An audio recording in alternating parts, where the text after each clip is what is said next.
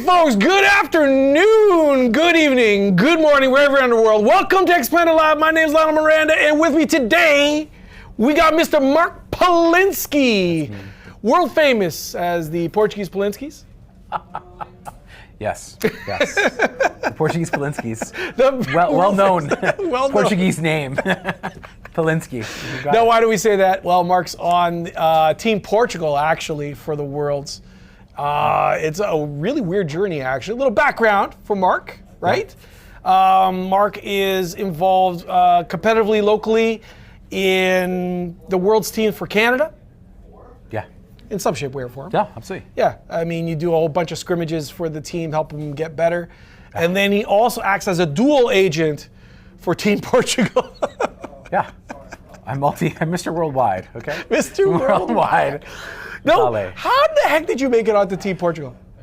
I found out there was a team going on, reached out to the captain, and was like, "There's a team? This is actually happening?"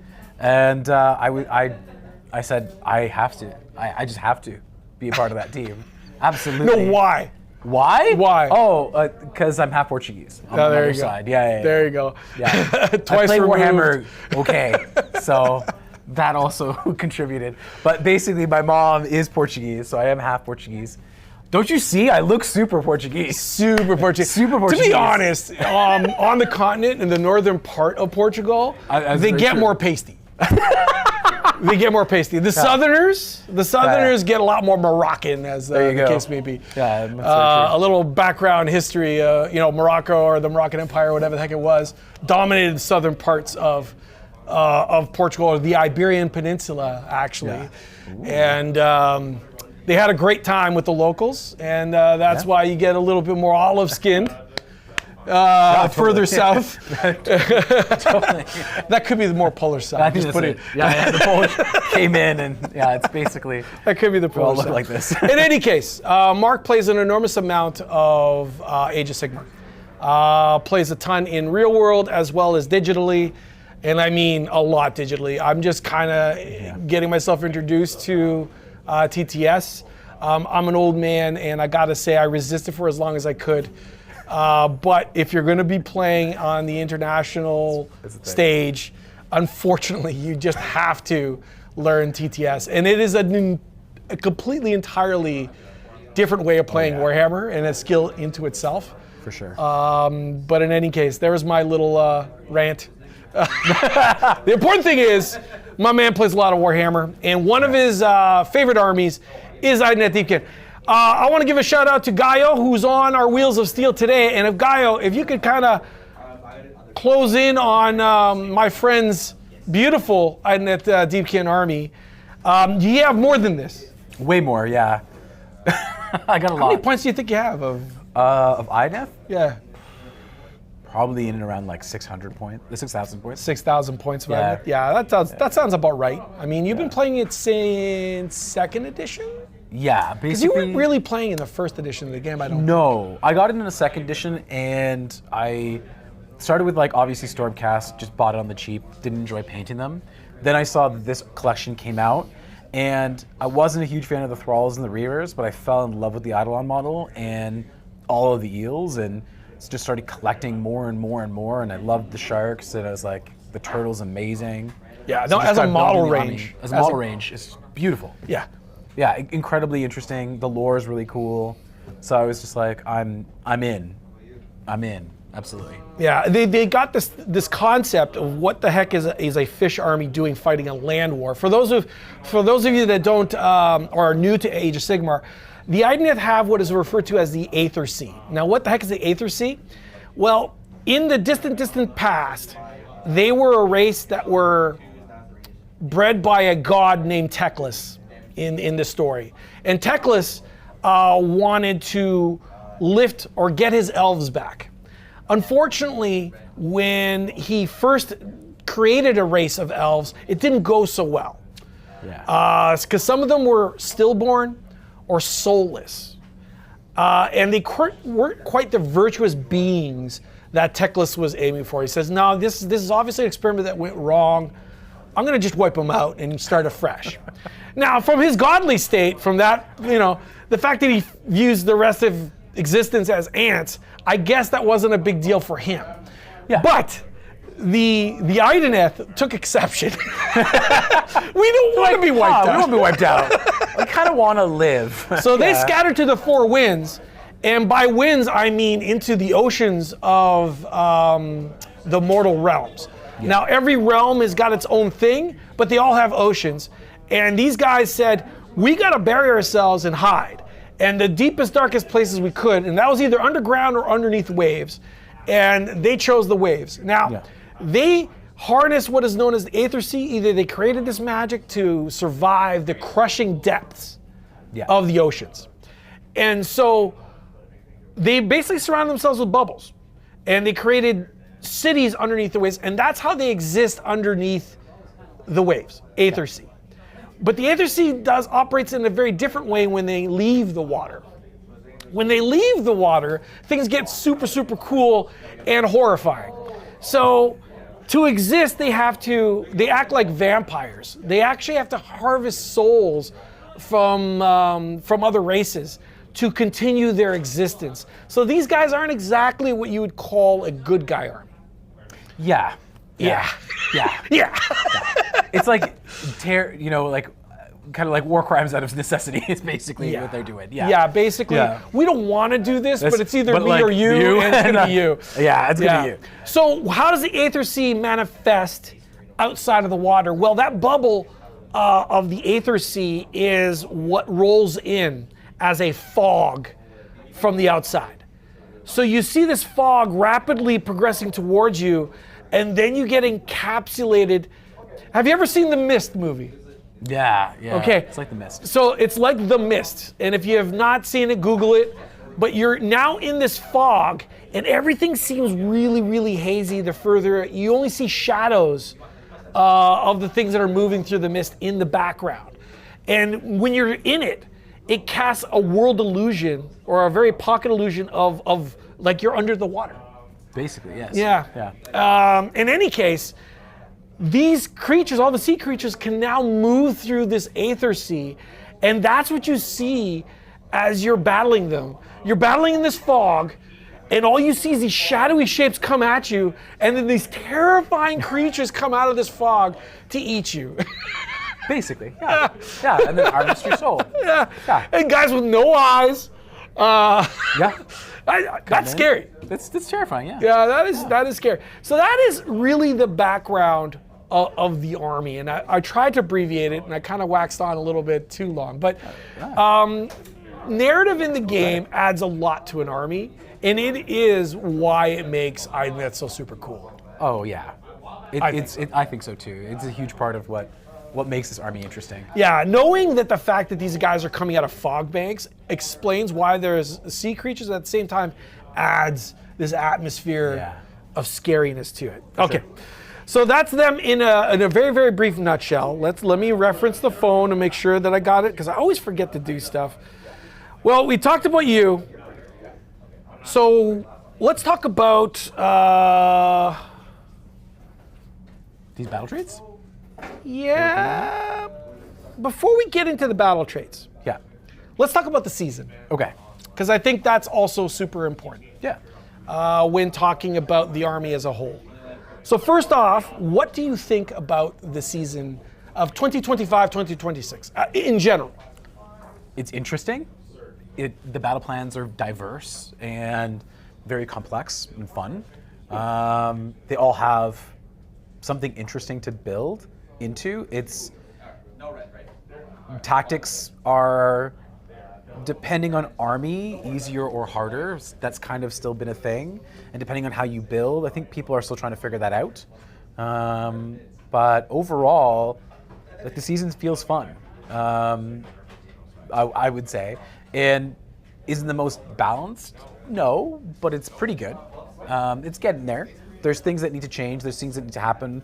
But the exciting thing for me is like new books always are a way of seeing where their headspace is at like this Idoneth book, seeing this come out. We know the Corn book is on the horizon. We know the KO book is on the horizon. At the time of this recording, they haven't been released yet. They haven't been released yet. Yeah. But we know also like Night Haunt and Feck are coming as well. There's lots of... No details yet? No details yet, but lots of books are coming out. And we know that with all these new releases, things are getting more and more interesting.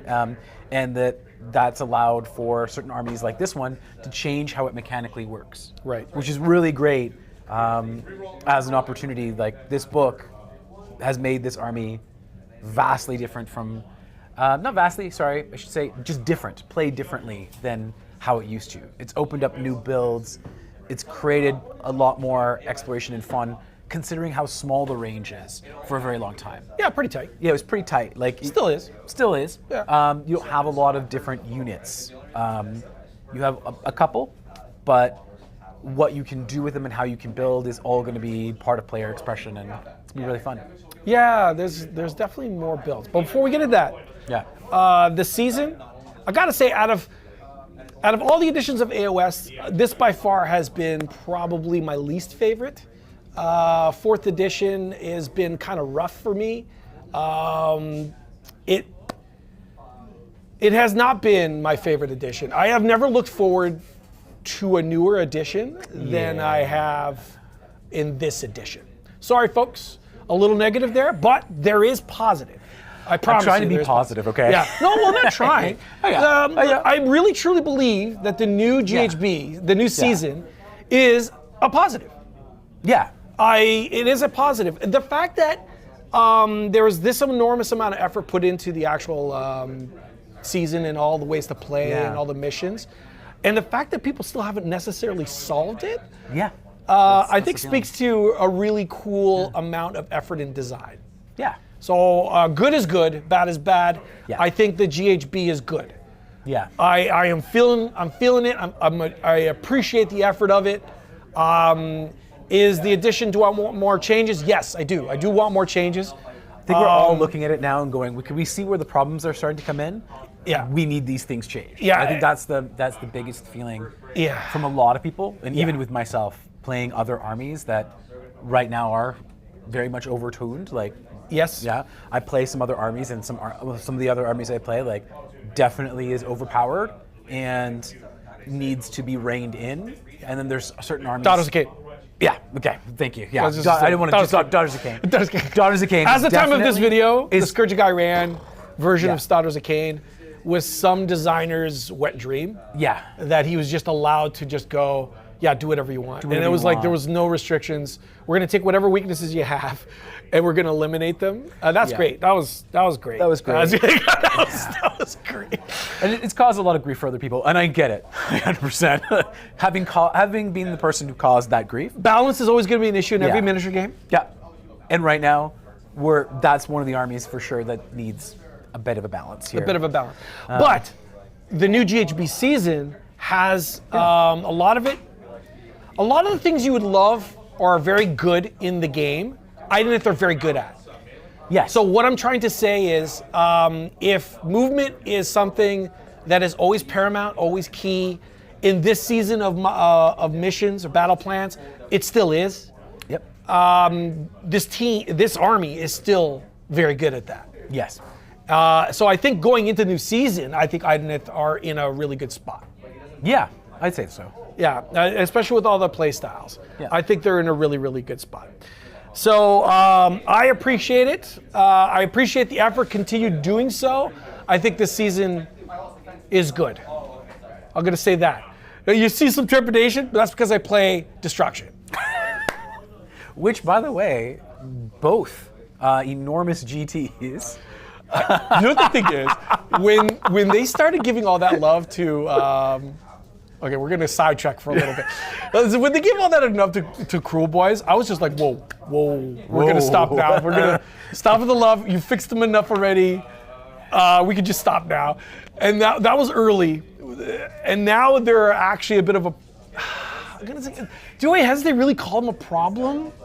I wouldn't say that they're a problem. I don't think they're a problem. I don't think they're a problem. I think they're like on the cusp of being an issue, but they're not an issue right now. I'm trying not to blow up into Yeah. like a big giant AOS chat and keep us on Keep on track for Idoneth. For Idoneth. But I do think that the reason why some destruction lists are doing very, very well, broadly speaking, is because of the points decreases. They could actually play the game in general much better. Yeah, for sure. And I think a lot of the armies that aren't doing well can do with some of those point reductions. For sure. I think it's not so much that some of those destruction lists are overly tuned, so much as the other armies can use the same kind of point reduction so they could play the game as well. Yeah. I found that the points costs that were elevated at the beginning of the edition really meant that you had a hard time mitigating that priority roll when everything was elite and there were screens almost non-existent in the game. For sure. But you know what's really good and doesn't require screens is really fast armies, because you could play from the back of the table, then get into the game whenever you want. Basically. So speaking of really good armies, let's talk about Idoneth Deepkin. Absolutely. All right, so Idoneth Deepkin, we got some really cool stuff, and we're going to talk about battle traits. So Gaio, let's talk about, we'll go to slide 1. We'll talk about their 2 big things that happen for the army. Yeah.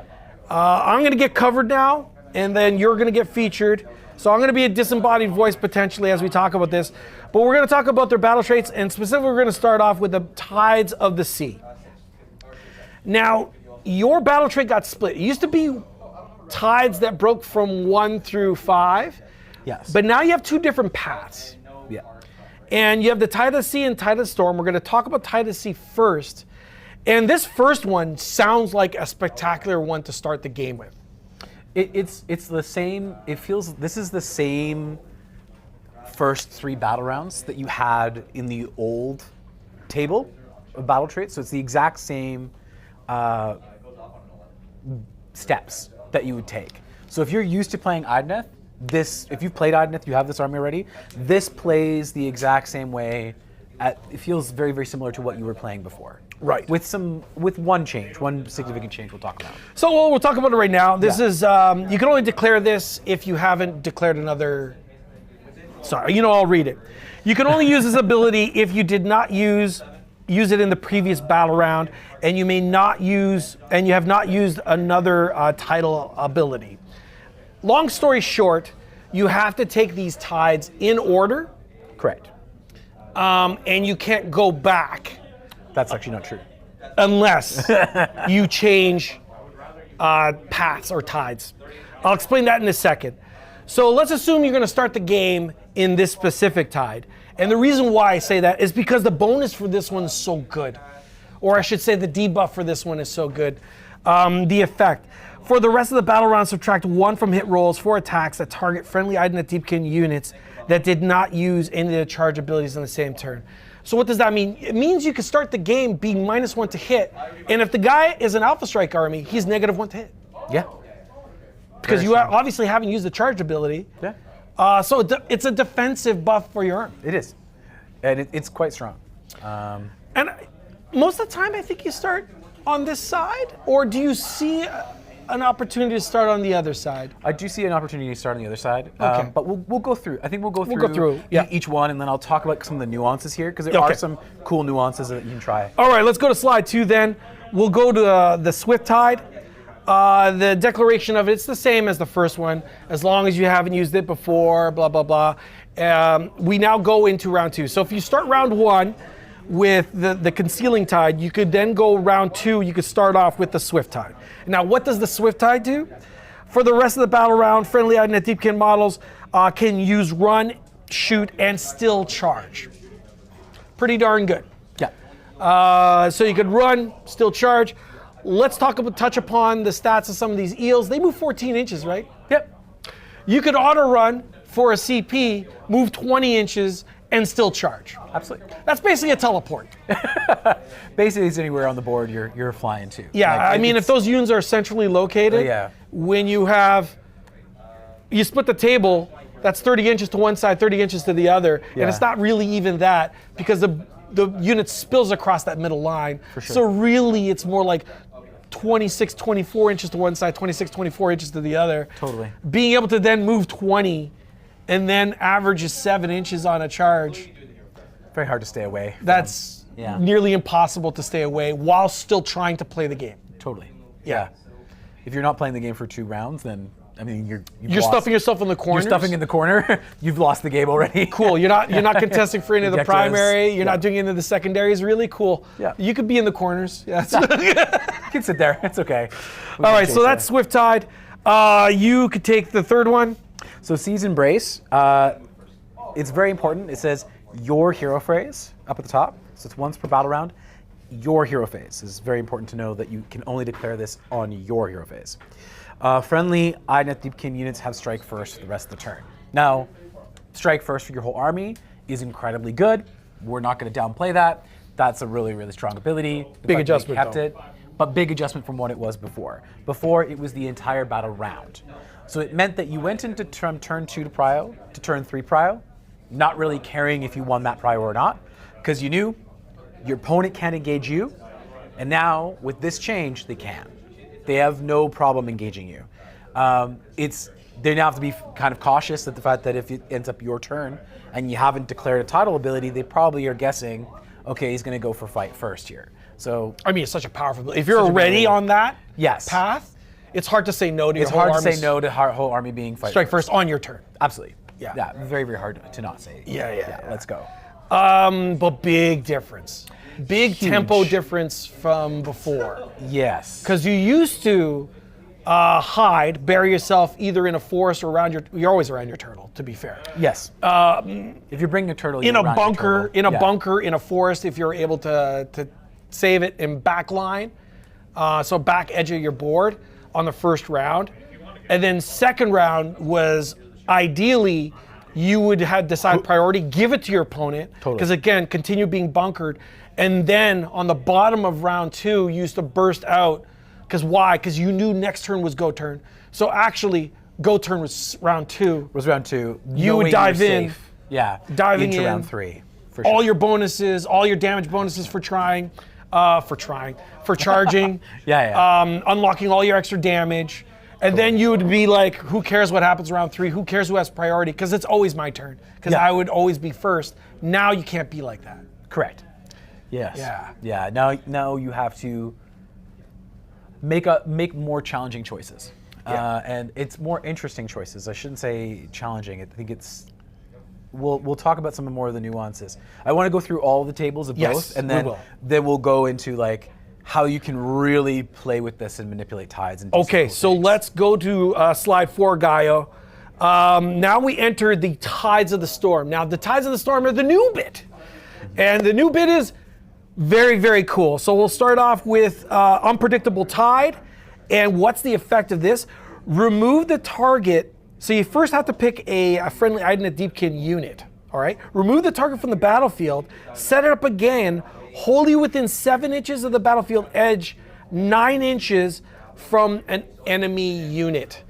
Yes. So this is big. You basically get access to a teleport. More limited because it has to be the edges of the board. But Correct. again, units are so fast in this army. Yeah. Not as big a deal. No. The important thing that I think a lot of people are missing from what I've been seeing online is it does state your hero phase. Yeah. So you can't use it in your opponent's phase. You do have to use it in your phase. That does mean if you're being set up, you can't then move. So keep that in mind. But a fantastic ability, to be sure, to be able to be like, bye, and we'll talk about the nuance. You're like There's going a- like, this is like a teleport. It's what's good. It's good. There's some heroes here that make this even better, and Yes. we'll talk about that one. And also the ability to shift gears. And we're Yeah. going to touch it once we go through it all. All right, so let's talk about the second one in that. And Mark, you could take that. Yeah, this is any hero phase, so you can declare this in your opponent's hero phase, which is Yeah. really important. You can subtract 1 from rend, characteristic of weapon attacks, or just weapons used for attacks that target friendly Idoneth Deepkin units for the rest of the battle round. And this is an Inexorable Tide, by the way. This is Yeah. stage 2. Stage 2 of the storm. Inexorable Tide, and it's amazing. Weapons, any weapon, which means shooting, something that this army does oftentimes have a little bit of trouble with and against. You now go, you have no rend. enjoy. That's a really big That is deal. huge. Because most things are Ren 1 in the game for the most part. For shooting, especially. So Like there's a few things that a are... few things are Ren 2, but Yeah. there tend to be like more cannony shots, bigger Yeah. things. Cities. But being able to reduce rend just increases such a huge amount of defense for your army. Yeah. Especially when you're talking about most of your units being on a 4-up save. Being able to hold on to that. Hold on to that 4-up Yeah. save, because all of a sudden you're coming in and you have red 1 and I still have a 4-up save is amazing. Yeah. But all defense, I'm back to I'm 3-up save. That is really excellent. Yes. Yeah. Yes. All right. So the third stage of this path is Storm's Wrath. Storm's Wrath is pretty darn good. I don't know if it's worth the squeeze getting to this point, but let's talk about it. Yeah. Friendly Idoneth Deepkin units, melee weapons, have crit mortal for the rest of the turn. Now, on the surface, I think this sounds amazing. Crit Yes. mortals is good. Yes. It's just really far away. Like, that's a lot of routes to get to crit mortals. So there's a couple of things too. You have to understand, this is a cavalry unit army. This is an army that loves its beasts and elves riding beasts. And the elves on top, they don't have a lot of attacks. You're not getting a lot of opportunities. So the reason Mark is bringing this up, unless it says companion weapons get the benefit of a thing, it just doesn't. Yes. So with this crit mortal does not apply to the companion weapons, and this army has a lot of companion weapons, or at least, Yeah. the army loves It's companion weapons. its beasts and animals. It has the most output in the beasts. Like Yeah. everything when you compare across the board, from the turtle, the sharks to the eels, all of it. Yeah. The output is usually not the rider, it's the beast that they're riding that's doing the damage. And this really would only benefit certain units that are your troop choices. Certain builds, yeah. But even then, you feel like you're not rolling a lot of attacks, even with those units, a lot of the time. There's ways to get that once per game, enough attacks to really make that meaningful, but... And a character. And a character you have to take as well. Yeah. So, and that we're gonna get into those. Like those there's builds the later on. Eidolon that does that, and there's also the new character that adds to attacks, I thought. No, adds +1 to attacks for companion weapons. That's the new character, but that's not affected by this. Not effective, it's true. But Volturnos has an ability to give +1 to attacks to everybody. 3 units that are wholly within 12 Which in is the combat awesome. phase. Amazing, but once per battle, and that can potentially combo well with your thralls. I guess This is round 3. It's round 3. Like the game. Okay. The sweet spot of the game is round 2 and 3. So you can wait till round 3 to do this, to leverage this. Yeah. Or you could just take a bunch of eels, smash the guy round 2, Yep. and then. I mean, round 3 is mop up time, and then by the time this arrives, it's really. Like, it sounds amazing on the surface. Like, Any crit other mortals- army, Yeah. any other army, Oh. you'd be like crit mortals on man. round 3. Oh my gosh! Would like, be think about your amazing. Iron Jaws. Yeah, like, you'd be like, I would, I would love it. Amazing. Absolutely love it. And Right? then in this army, it's just like, that's really how it feels. Like, okay, so you have 2 different paths. yeah, And now the interesting part, the stuff that's not said is the gear shifting. This is where this becomes extremely interesting. And what do I mean by gear shifting?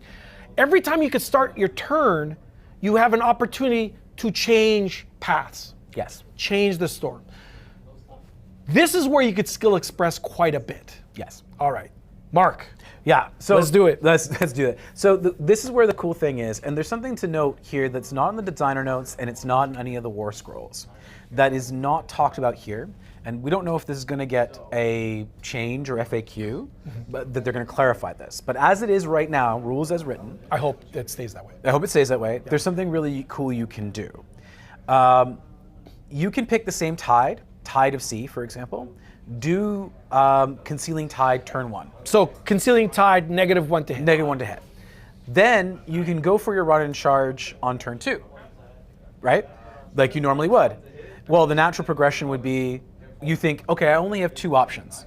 My 2 options in round 3 is I can get a teleport on my phase, or I can get the fight first on my phase. Both really cool options. Really cool options to pick. It's definitely something you can do based on the situation. However, let's say we're round 2, we roll off, I don't get the prio, and I'm not able to take advantage of the fight first before you're able to hit. And I'm looking at your army, and I'm looking at my army, and I'm going, uh-oh, I'm in danger. I get to go, you know what I'm going to do? I'm going to go back. And that's the part that's not stipulated here, that they haven't FAQ'd. Instead of going to fight first, if I lose that prio, I can go back to -1 to hit.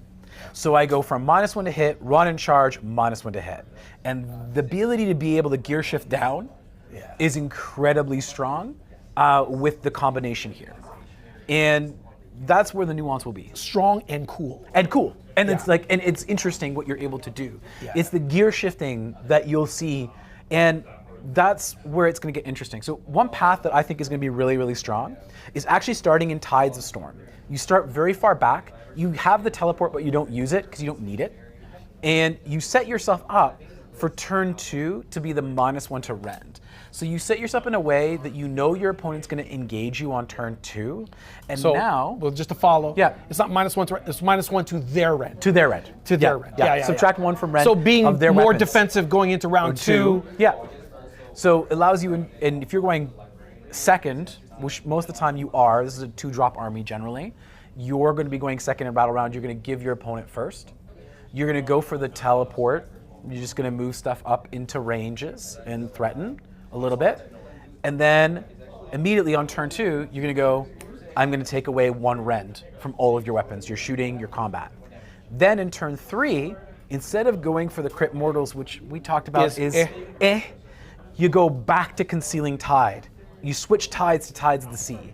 And now I'm -1 to hit. So while you go from turn 2 and turn 3, which is generally the most combat you see in the game, happens in turn 2, Critical turn 3. rounds in the game. Critical rounds in the game of combat. You're going to now be -1 to rend, -1 to hit. Now going into round 4, I have run and charge. So if you've been cagey and kind of like thought, oh, I'm going to leave some things away and kind of protect myself, great. I'm now going to chase you down and hunt you down. And then turn 5, if there's anything left, I can always go for a fight first.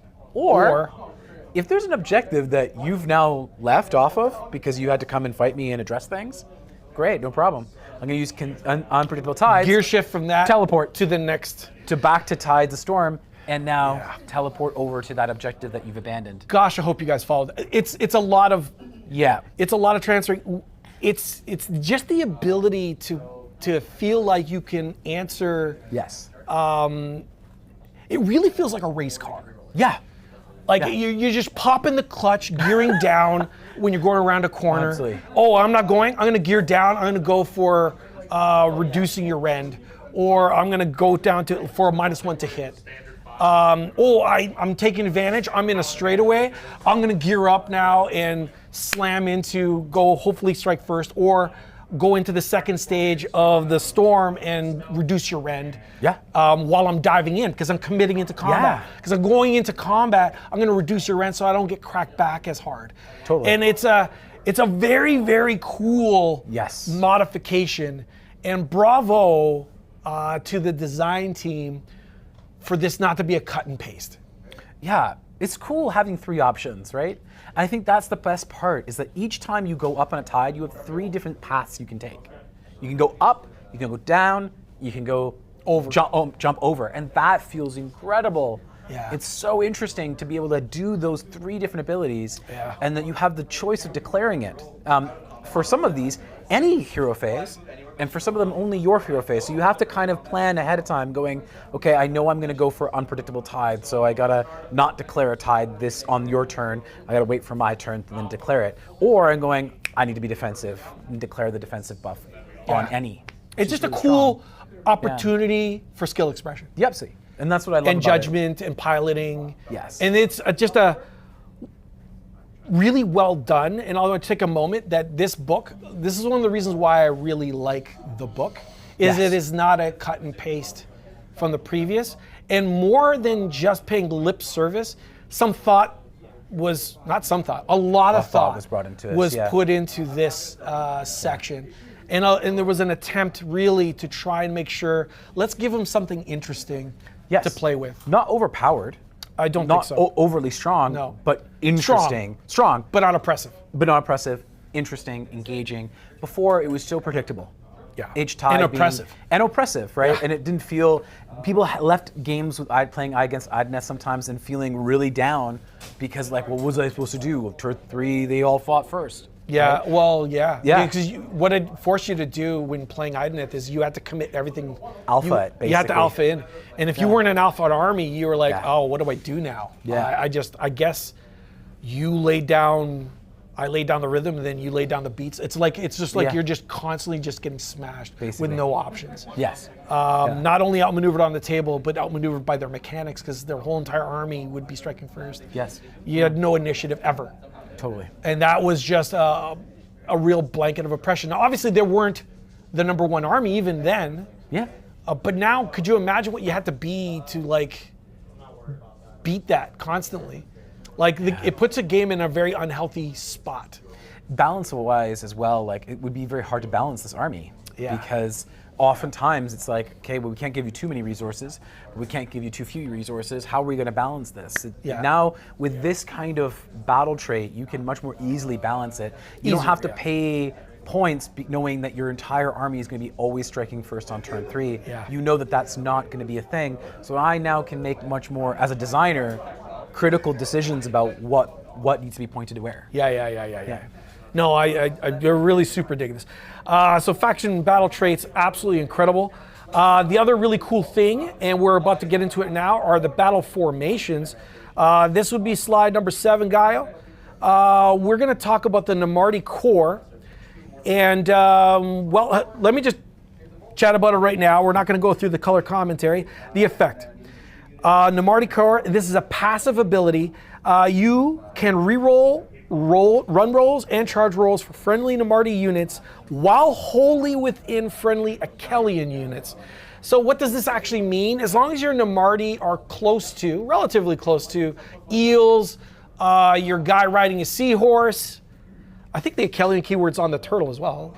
It is, yeah. And also there's the Achelian foot Thrall heroes. Master. Yeah, Thrall Master as well, and the other new heroes as well. There's the new icons. Both those are technically Achelian as well. Yeah. So a really potent ability. Reroll run rolls is great. Reroll charge rolls is fantastic. This is across all Namardi units. And you're like going, okay, that sounds amazing. Yes. So what's the downside? You have to take Namardi Thralls. I mean, to leverage this, Yeah. you have to take a lot of Namardi Thralls, right? And are Namardi Thralls really good? I think there's possibly a build in this list that can make Namardi Thralls pretty amazing. There was in the previous edition, in 3rd. Yes. I think didn't they come out 2nd? They came out in 2nd. There was definitely a Namardi Thrall. There was a time and place for it. They were like almost an undead army. The way they worked is they would come at you super aggressive. They had all these bonuses, minuses to hit, always striking first. Obviously, that was a thing back then too. Yeah. They had a decent amount of attacks, but more importantly, as you killed them, also they also had ward saves. They had ward saves as well at the time, and as you killed them, they were able to recycle. And bring back bodies. And that was the biggest So they deal. were hard to kill because of the negatives to hit, Yeah. and then they also had ward saves, and they also recurred. So that was a really quite powerful ability, yeah. The downside of them, they didn't move that fast. Yes. And Still if the you were downside now. Yeah, still the downside. But now they no longer have wards. That's also a downside that exists with them. They can still be -1 to hit because of the ability, turtle. Well, no, the turtle gives them a 5-up ward. Sorry, 5-up That's okay. ward. Yeah. But like the concealing tide will still, the tide abilities they can be affected by. Yes. Which is great. For a turn.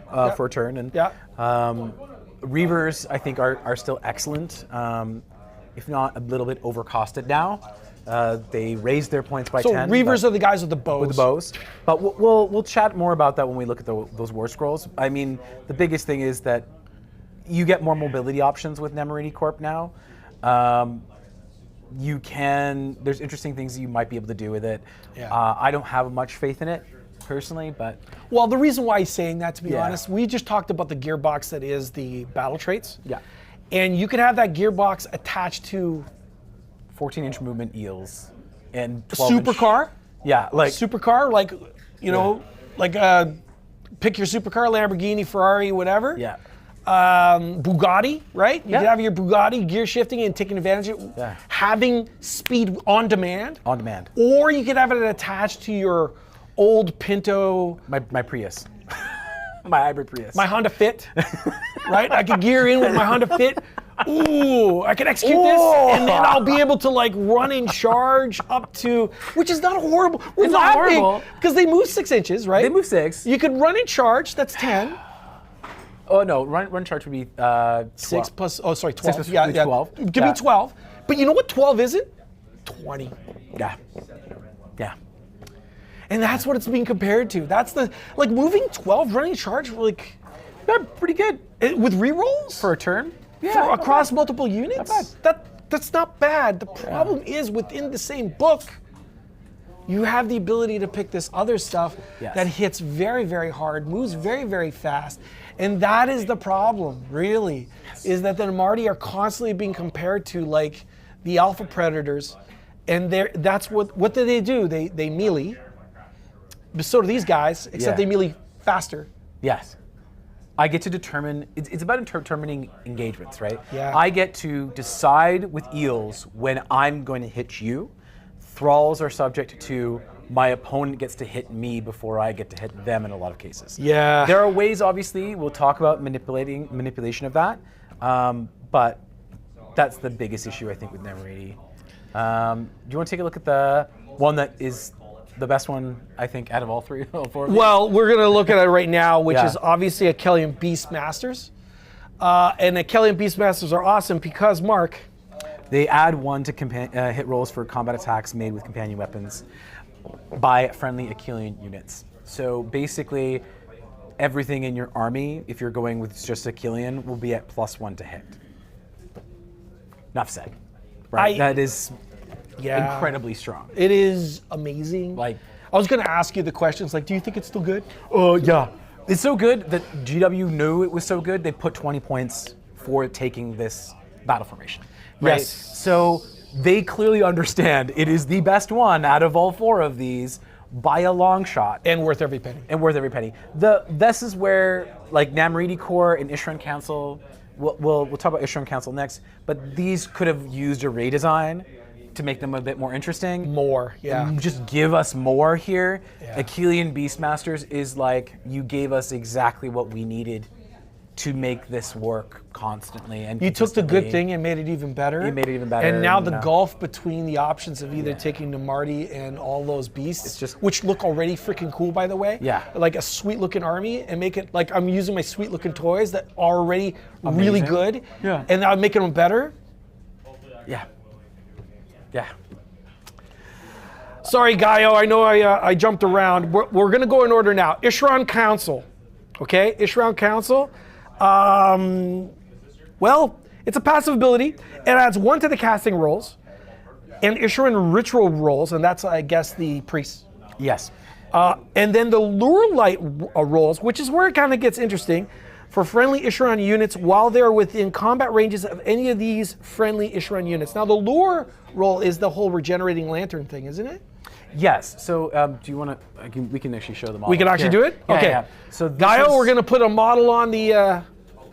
on the Boom. dais, whatever. There it is. So the Ishran Soul Render has an ability to bring back D3 models. It's a bad D3 on a 2-up to, I believe it's 3 units that it picks, wholly within 12 inches of it. And this means you get to add 1 to that roll, which is cool. It means that you guarantee bring back a Thrall model or a Reaver model, one of your Namardi, which is basically the Thralls and the Reavers. And you get to bring 1 back guaranteed with this. On a 3, you bring back 4 instead of just bringing back 3. This is kind of cute, kind of nice.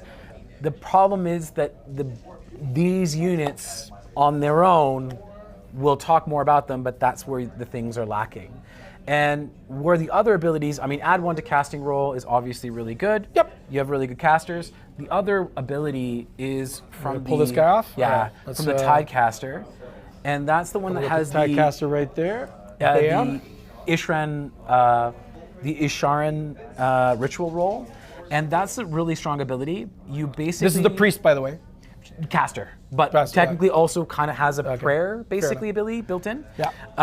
The prayer ability that's built into this gives you on a dice roll. It's usually on a 3-up. With this, it'd be on a 2-up. None of your units can be targeted by a shooting attack unless they're within 12 inches. So it stops you from being able to get shot at, Which is awesome. It's amazing ability, and the fact that it works on your whole army is incredible. Yeah. Then there's other 2 abilities, which is one is add 1 to run or charge rolls, and the other ability, I believe, I cannot remember, but we'll get cover to it. We'll get to it when it gets to it. But this When they essentially start gives you covering units. that +1 to that ability, and that is excellent. And any +1 to cast is fantastic. +1 to cast is absolutely Especially awesome. with the spell lore that they've changed is excellent. The problem is What are you giving up? the opportunity cost. The opportunity cost is instead of taking Kelly and Beastmasters, You're taking you're taking this. this, and that means you have to take 2 Ishran guys with you. So, and they have to be in combat range with one another. That's also a thing. That's some of the downsides of this. All right, let's go to slide 11, I believe, Gaio, which is the Soul Raid Ambushers. And this is the last formation in the book. Yes. The last formation in the book, when using the Unpredictable Tide, and so you understand, the Unpredictable Tide is the teleport ability, you can pick up to 2 eligible targets. Correct. This is pretty good. This is so good. This is pretty good, and probably number 2, Yes. and could easily challenge for the number 1 spot depending on how you build your list. Yeah, I think there's exploration to be had here with the Soul Raid Ambushers, especially with some of the changes that they've made to the Ishran Soul Scryer and to the Icon of the Storm, Icon of the Sea, which we'll talk about when we get to those models. The new models. The new models, and the change to the tides. Like, this is actually kind of interesting, and can do some cool things. Yes. And we'll talk more about that when we get to, I think, those specifically, but being able to teleport 2 units in your hero phase, Yeah. really strong. Yeah. The fact that they have to be outside of combat is the debuff, but the fact that they can teleport, really strong. If they can teleport. The fact that they can teleport. Come on. I mean, That yes. would be nuts. I mean, yes. Excellent. That would be really, really crazy. Okay. So Gaio, I can now tell you there's no more slides, at least for the next little bit, my friend. Let's actually start talking about Edelons. Let's get these beautiful models on your screen. And the first one up to bat is the Edelon of the, what, Storm? Storm. Yeah, it is Storm. All right, let me carefully place said model right there. And there it is. All right, Edelon of the Storm. I love this model. I love the rules for this model. This is the more melee version of the Edelons. Correct. And absolutely fantastic. We are not going to break it all. We're going to talk broad strokes here, because if you're looking for like deep dives into the book about all the granular details, there's been tons of channels that are already on. Yeah. So we're going to talk broad strokes. Broad strokes. Edelon of the Storm. Yes. What do you think? Excellent. Got 1 more attack, lost its companion weapons that you don't have to roll. You have a lot of like streamlining here, which is nice. Yeah. No longer having to roll like silly companion abilities that are not meaningful. 4s, no Ren, 1 damage. That's the profile it lost. Yeah. But it just gained 1 more attack. I'll take so that. much better. Yeah. So much better. Way more streamlined. 1,000% amazing. It's a 3-up save with a 5-up ward. That alone is amazing. 12 wounds is low on wounds, but it's such effective wounds. 3-up save with a 5-up 3-up ward? save with a 5-up ward feels amazing. 12 wounds is pretty good. 12 wounds is pretty good. So the biggest thing is the mobility aspect of this thing. It can constantly retreat and charge without taking any mortal wounds. So the fact that it can just, you can never lock these guys in combat, make them so very appealing. And on top of that, they have a really cool rampage, which is to make heroes fight last on a 3-up. They have a built-in retreat and charge. Built-in retreat You don't have to charge. worry about any tides No. or anything like that. They just all in. Just get to do it all the time. They just slip out like waves. Peace now coming in, and the fact that they give every Idoneth unit. So technically, what's interesting about this unit is it affects its own ability. it already wounds on 2s, but it gets a +1 to wound to everything within, wholly within 12, including itself. So it means that it's technically wounding on a 1+. Obviously 1s always fail, but why is this significant? Is if your opponent does debuffs where they're relying on -1 to wound, this counters it. Yeah. It just goes, nah, I'm gonna wound you on 2s, thanks. A +1 to wound is such a massive buff. Oh my gosh. The fact that he casts it 12 inches away from him Every unit within 12, wholly within 12. on his like 100 mil Deepkin. base. On his, 100 mil base? Something like that. Something like that, yeah. So what is that? That's about like 3 or 4 inches, and then adding 12 to that. That's like what? Brilliant. 28 inches? Something like that, Of table? Of table. It's a massive amount of space. Yeah. Right? It covers half the table. Yeah, it's huge. Yeah. I would say it's 28. I think it's a little less, but yeah, something like that. Yeah. Well, crazy. it's 12 on each side. That's 24. Its Oh, base, 12. Its Yeah. base is roughly Over 4 inches. Yeah. So that's 28 inches. Yeah. Half the table's 30. It's pretty disgusting. I'm not gonna lie. That's a a lot of size. board coverage. Now, the thing about that is, +1 to wound sounds really appealing, right? But again, it doesn't affect companion weapons. No. So, again, the thing that is the spicy enchilada, the damage that you have in the companion weapons, and so much the army doesn't benefit from this ability. Yeah. Sad. It's weirdly, it works out to like, I'm not going to call it a minor buff, but it works out to a nice buff. Yeah, it's like, oh, cool, I have overall this. impact. But really, you're using this to go and snipe a hero, to go and do some damage. If you have multiple of these, you can do multiple of them, doing consistent, relatively consistent damage. Not a high ceiling of damage, but consistency. With 7 attacks on 3s, 2s, Ren 2, 3 damage if you charge. Yeah. That is very, very consistent damage at Ren 2. And we'll talk about ways you can manipulate that Rend. There are really cool ways you can get even more Rend with its sister. All right. So let's talk about the sister. We're gonna transform this. It's gonna look like the same model, but not. Because when you magnetize a head, all of a sudden, boom, you get a different model. Whoa, crazy. All right. This is the Edelot of the Sea. Now, the Sea is the wizard Edelot. Yes. And probably the biggest thing about this, the stats are basically the same. It's not as good in combat. It lost a Rend and its damage is D3. It's more variable. Yeah, more variable. Basically the same amount of attacks. 3s. Yeah, but just doesn't wound as well. Yeah. Anyway, it's a wizard. And being a wizard, it gets +1 to cast. Yes. And this that's is a big deal. Yeah, this is a big deal. So the biggest change here is the biggest buff to this model is, yes, it got 2 extra attacks with its trident. Yes. So it became more melee. It has a shooting attack, which it always had. But the biggest thing is Tsunami of Terror, its War Scroll spell, has now gotten its casting value has gotten 1 easier to cast. Before it was an 8 to cast, and you had a +1, so you'd always cast it on a 7. Now it casts on a 6. And what does this ability do? Well,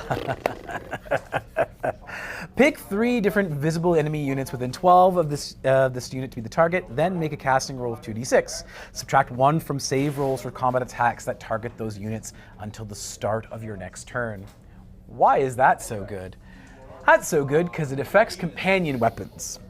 So all of your companion weapons, that means eels, sharks, and this turtle, get +1 Rend. In essence. In essence. So the unit is debuffed by -1 armor save.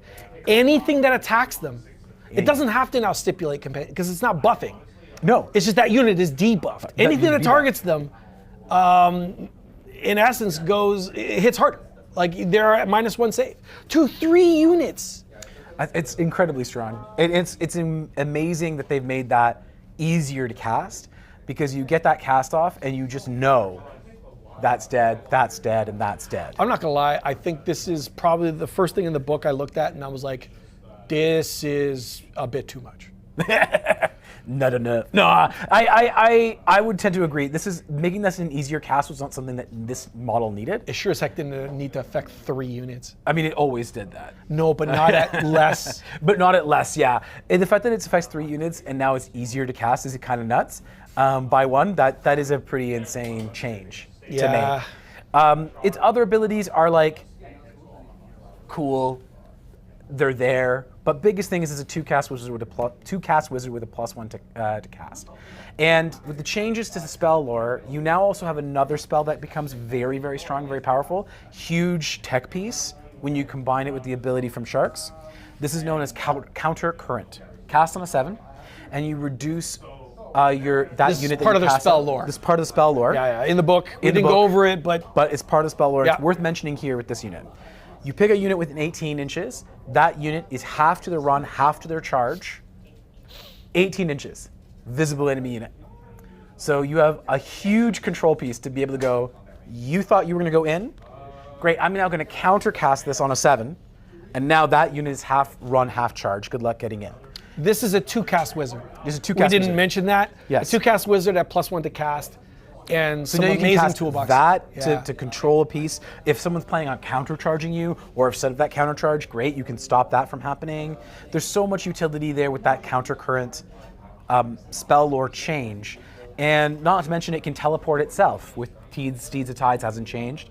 That spell lore is still, that spell and that spell lore is still there, and it still casts on a 6, which means for this guy it casts on a 5. Yes, Any unit, as long as it's not in combat.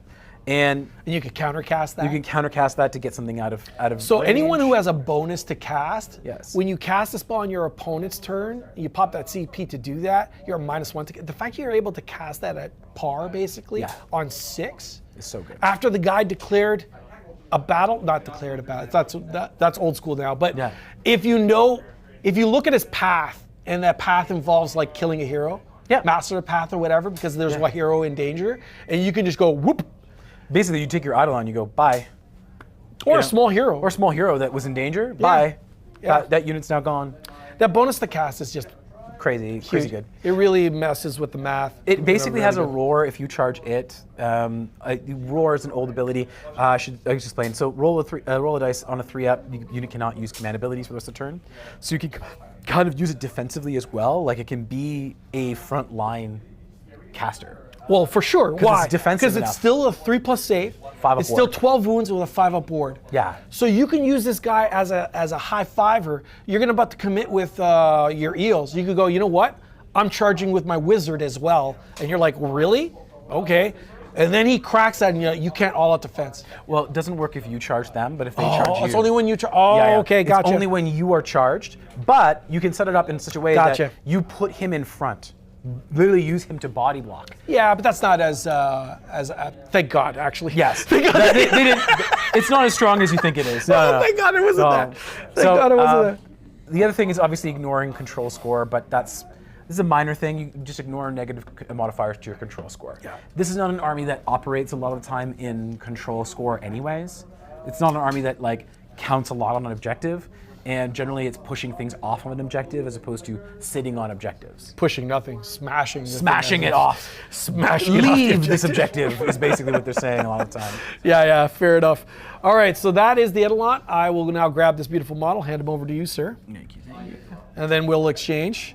Speaking of beautiful models, let's talk about the man on the seahorse, the leader of your people. Yes, Volturnos, High King of the Deep. Volturnos. Okay. I think he's pretty good. So he's got a 3-up ward, but the 3-up ward is only against mortal damage caused by spells, prayers, or manifestations. Still pretty darn good. It's okay. I mean, how many spells do you know that do mortal wounds just off the bat? I know of swords. Guess what? Swords turn off wards. Pendulum. Pendulum, I guess. That's pretty common in the meta.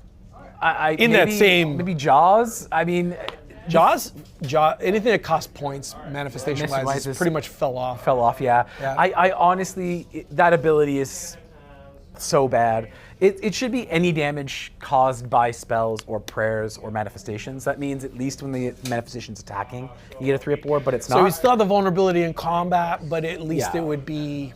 You're a 3-up save, you have 8 wounds, you're 12 movement, you're fast. You can benefit from the turtle's 5-up ward, which is nice. Yep. It lost rend. He lost 1 rend here. And the biggest thing is like he adds +1 to hit rolls for killing units while they're wholly within 12. Now that sounds wonderful, but again, it doesn't affect the companion weapons, which is the issue. I mean, as we've talked about a bunch, the companion weapons are the spice melange in the army as far as damage. Everything else, the riders don't tend to have a lot of output in the same way that the mounts do and the companions. And then obviously for once per game, any combat phase, he can pop this ability. He picks 3 for other friendly Idoneth Deepkin units within 12, and he adds +1 to their attack characteristics for their melee weapons. Again, not affecting the companion weapons. Sad. If there was ever a moment where that line should have been adjusted, this would have been it. This For would have been once it. per game, Yes. I think adding 1 to the companion weapons would have been pretty ludicrous, maybe. It's once per battle, and we'll talk about another hero that does this. Yeah, but there's all these monsters do multi-wounds and damage. So Yes. adding 1 to their attacks is Really strong. really strong. Adding +1 to their hit when they already have +1 Maybe to hit. would have reflected that in his points. Yeah, But I think this would have been the moment where I think it could have been the exception. He could have just slid that in there and Yeah. just jacked his points. Maybe he wouldn't have been taken. Maybe he would have. wouldn't- I don't know. Once per game on the moment you need it. Oh, it's amazing. But the issue is, where does this guy fit in, right? He's All right. 230 points. Where does he fit in? So why do I like him? I like him in that theoretical Namardi list. Yeah, I guess. That's where he gets interesting. I Yeah. mean, that's where you can get your 1 unit of 20 thralls, which somehow survived all the way until turn 3 to get those crit mortals, now have 60 attacks and are average doing 10 mortal wounds to something when they're throwing themselves into combat. They all have Ren too, right? They'll attacks have of Rend. a Rend 2, yes. They'll have, if they're attacking infantry or they're attacking a monster, or if you take the Eidolon, you can get that to Rend 3 or Rend 2 A lot of into conditions. cavalry. A lot of conditions. These are all the problems that I'm talking about. The combo I just mentioned involves 230 points and 350 points. And a turtle. And a turtle and 200 points. Like, you're talking about 1,000+ points to make this 200-point unit pop off once per game if it's managed to survive till turn 3. They're just so cool, though. They're just so cool. Yeah, I don't know. They're just so cool. That's not it. Yeah, you're right. I mean, it's not worth the squeeze, is what it boils right down to it. You're doing a lot of hoop jumping for an ability to what? Maybe? Yeah. Okay, so I want to give out some shout outs, some love to the guys that are on chat right now. Thank you so much for being there. Utopian, we're going to call you Utopia. How's that? Hey there, wondering without Deep Strike, what's your take on building an efficient list with Reavers and Soul Scryer? without teleport? I'm confused. Can I have teleport? Wondering without Deep Strike, Oh, without what's deep striking your in. take? Yes, the changes that they've made. Yeah. Okay, so I'm on my list when we get to it, I do actually have a list that has 20 Reavers in it. And I think they're still interesting. And I'll talk more about that. It's because of the change to the Soul Scryer and the changes that they've made to Unpredictable Tides and the Tide of Seeds of Tide spell. Yeah. Those two changes in combination with the Soul Scryer hero, there's actually something interesting you can pull off. Okay. Now, I will say, shooting in general has a hard time in this GHB because obscuring exists in the game, and it's everywhere now. And not being able to target something with your shooting can be rough. I gotta tell you, I haven't really felt it at all. I mean, I played a game against. Okay, so we played a game with another Idoneth player, very well known, Okay. Jordan Duncan. Right. From Season of War. Yeah. We played in Niagara, and I was able to, with my Dock army, hide my entire army in obscuring. In round one. And no, for most of the game, Really? he did not. For most of the game, he could not shoot. Really? Yes. Oh, that's so. Is that a video? Oh no, you were at a tournament. No, it was at a tournament. You're Unfortunately, at it a wasn't a video. You tournament. can't take a look at it, but literally, he could not That shoot is for awesome. most of the game. So what I've seen is it works extremely well for small heroes. Yes. And making sure your small heroes aren't sniped. Also, war machines. War machines can also benefit from it. Fair Yeah. enough. But for armies, I haven't had an issue targeting anything. But I guess maybe I wasn't battling against the galaxy mind that is Polinsky. Again, it all depends. This is, if you're talking about Nighthaunt's not going to benefit from it. They're all fly. yeah, These guys are all fly. So there's certain armies that just not going to benefit from that obscuring. Right? Yeah, but I mean, that's a lot. That's a carpet of DO. Go there. Okay. That's interesting, though. Yes. That is interesting. Yeah, I'm telling You got to fill me in on that a little bit later. Yeah. Obviously, when we start talking Daughters of Cain, Mark will actually also make another appearance for that. Everything all elf, Anything more elf. or less. Anything else. Yeah, I'm in. Okay, so back on the Idoneth train, Achillean King. regular Achillean King, which is basically the same model, folks. So we're going to leave that on the turntable. He's gotten interesting. All right, so what's so cool about him? So his Wave Rider ability is the same. It's basically he gets an extra rend if he charges and if he rolls a 2+ on a D3. So it means on a 3-up, he'll do that amount of mortal wounds and he'll add 1 to his rend. His profile itself is nothing to be excited about. The biggest thing that he's now cool for is this ability, Crest of the Wave. So any combat phase, as long as he has charged this turn, add 1 to the rend characteristic of melee weapons used by other friendly Idoneth Deepkin units for attacks that target enemy units in combat with this unit. So basically, he charges in. Moves 12 inches. Moves 12 inches. Can even 3d6 charge in, we'll get to that. Get really in there. And then all the rest of your army effectively is going to get +1 to rend in combat when engaging units that are in combat with him. Which is really easy to set up. Really easy to set up. Yeah. So it means that you now have another tool to add rend. Now, does this affect companion weapons? Again, no. However, now when we're talking about these changes here to both the eel profiles, they've lost anti-infantry. You're now gaining that rend against anything, any target. So they lost a little bit, but with him, they've actually gained more because now you have more flexibility to be able to do any rend to any of those units, right? And that feels a lot better. So this effect is, if this unit charged this turn, add Yes. 1 to the rend characteristic, yada yada. Units for attacks that target enemy units in combat with this unit.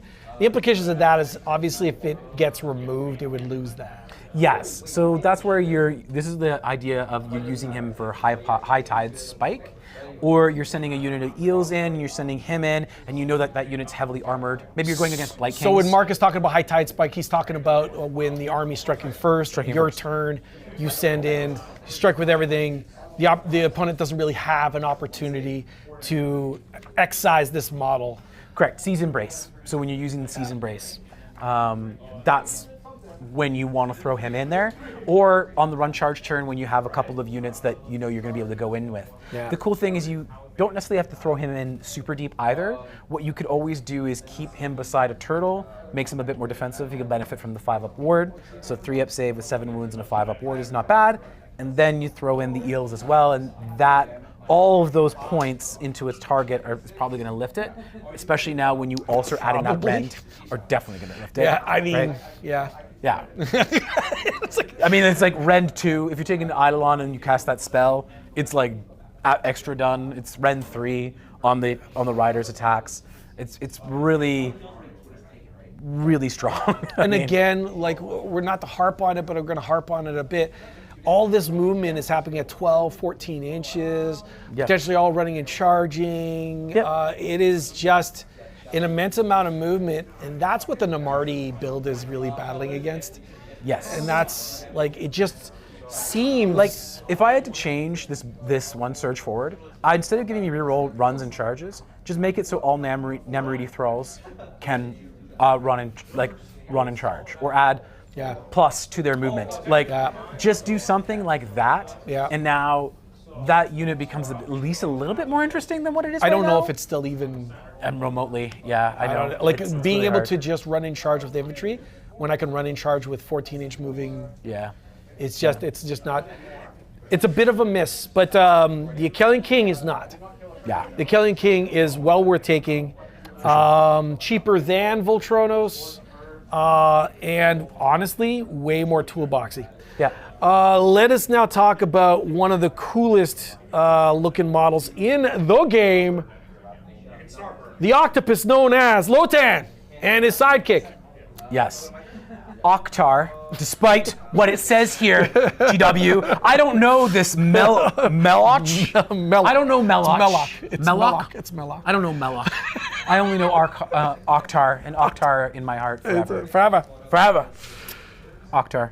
All right, so the biggest thing with him, he's gotten a really cool ability. He can basically give you a re-roll to casting rolls. And he gets that by each enemy unit if an enemy unit is slain in the game, he gets what is known as a soul quota token. So he's this kind of like cataloging the souls, and he's like, thank you, you've acquired some souls, and now we can use those souls to do different things, and the different thing that you can do is you can re-roll a spell ability for friendly Ishran unit, wholly within 12, which means him, because now he's a wizard. That's the biggest glow up for him. He used to not be a wizard, now he is, and the fact that he can take any unit in the army, and he's still only 110 points, he went up 10 points, that's amazing. You have a wizard that gets a reroll cast potentially throughout the game, and it lets you unlock anything in your army for when you're organizing your army. The other ability you have is empowered by memory, and this is the thing that got some people excited, I guess.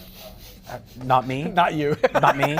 You pick a visible enemy Idoneth unit within 18, and that unit targets melee weapons have crit auto wound for the rest of the turn. That sounds great, I guess, but what are you putting it on?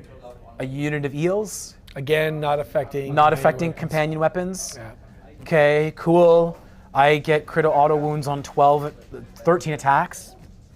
I mean, it's not bad. It's not bad. On average, I get 2 crit auto wounds with that many dice. On average, yeah. On average. On average. Yeah, I could spike, but that means I'm wasting a spell that I'd rather cast counter current for half run, half charge. If he's going to cast the spell. If he's going to cast a spell. And he's only a one-cast wizard. He's only a one-cast wizard. It's probably going to be the teleport. It's probably going to be the debuff onto Something a unit. Significant. Something significant. It could even be a horde-killing spell that Idoneth have. I think there's better uses for his casting. If I have nothing to cast and it's turn 1, yeah, okay, I'd cast Empowered. If I know I'm going to send a unit in and I know I'm not within 18 to do any of these other better spells. You're right. It's not bad. Is he? Do you remember what his points are? 110 points now. He used to be 100. Now he's gone up to 10. He's a wizard. He's got better abilities. He got a huge glow up. I will say that. Yeah. Would you still take him? I mean, to unlock things.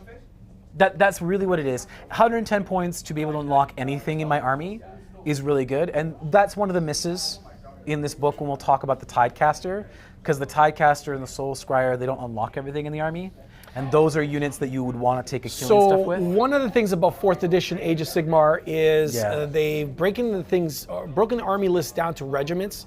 So what does that mean? Every regiment in your army is led by a hero, and that hero can take 3 units, and if it's your general, he can take 4 units. And what he can take in his regiment is restricted, generally speaking. Less so nowadays, but still restricted to whatever the design studio decided that kind of model can take. Yeah. And it is my least favorite part about 4th edition, or at least one of my least favorite things about 4th edition. And what's cool about this guy is that he alleviates that huge, because he can pretty much take anything. Yes. Yeah. You can take anything in the army, then that's why you take him. Yeah. Basically. It's a really flexible. Points. 110 points is not super cheap, but he is a wizard. He is a wizard, and 110 points is cheap when you think about this army. Yeah. Unfortunately. I just love cheap being 80. Yeah. That doesn't exist. We don't go for that. 80 is the best we can cheap. get is 90, and it's still the best I pretty can rough. do. The best we can do is 90. We're gonna crack into a beam. Best I can do is 90. Okay, let's talk about the amazing Mathela? Mathala is how people. Well, Mathela, I like that. Mathala. Mathela. All right, so not painted. Don't rip his head off. Right now, he's brand focusing new. on other Fortunately. elf armies for Yeah. teams, but he will get to it. We got Mathela, who is a brand new character. The model looks flippin' sick. So cool. I actually really dig her rules. The lore of her is amazing. It's so cool. Like, Want to touch on it? oh, it's amazing. She basically is in like the Marianas Trench of Deepkin. Like, she's in the deepest Of the AOS world? of the AOS world. Like, she is the deepest, darkest part of it, and was like the steward for the lantern that Marathi steals to then become Later on to become a native. god. Yeah. Okay, And- so this lantern they stole because it was a way for Teclis to discover where they were, because it'll shine the light anywhere. Yeah. And wherever you seek, it'll just point in the right direction. So they were like, before they like left Teclis, after they got created and they caught wind, they were about to get wiped out. They're like, we need to grab that artifact too, or else he'll find us. So they stole it and put it in the Marianas Trench of the AOS Yeah. world as well. And she guards that. Basically, yeah, she's the steward, this oracle that lives in this like complete and utter dark abyss. Yeah. And she's That'd be scary. Just the thought of being in the Marianas Trench in the inky darkness. It's just complete and utter. And the cool thing is they modeled it to make sense. Like, you can Yeah. look at the different monsters that, like, the different fish that come with her. Yeah. And then all those fish that you see on National Geographic that are like deep in the water. It's really cool to see. It is cool. They just did a fantastic job, and she embodies that so well. Like, it's really cool what she's able to do. So she's a bit vulnerable. She's got a 5-up save, but she's got a 6-up ward, which is nice. It's the only thing that a lot of Idoneth don't have wards. Right. She has a ward, so she which has a is ward. better than no ward. Better than one ward. The biggest thing with her is that she picks 3 units. She's more of a buffing piece. She's also a caster, which is nice, 1 caster.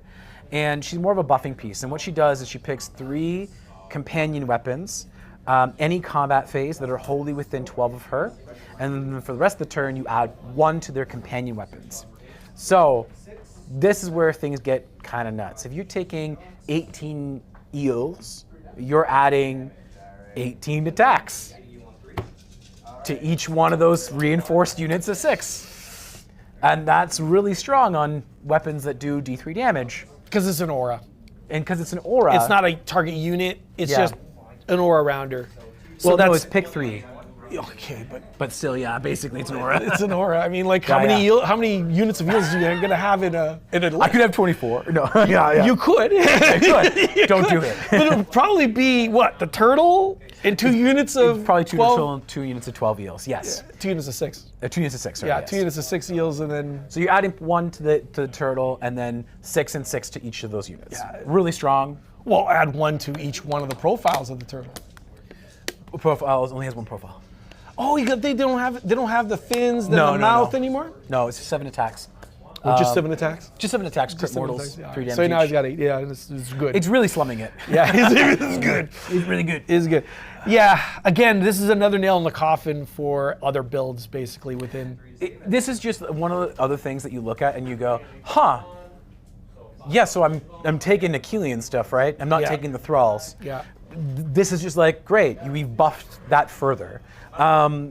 And the thing is, too, is like her spell is cool too. Like, her War Scroll spell is not bad. She picks a unit and she rolls a number of dice equal to the unit's health characteristic, and for each 4-up, it's a mortal wound. It's not crazy output, but you pick something like a monster, you pick something like that has, 8 to 10 wounds, and it's now a bit of value. You might potentially reduce it by quite a few by a little bit of damage. How many points is she?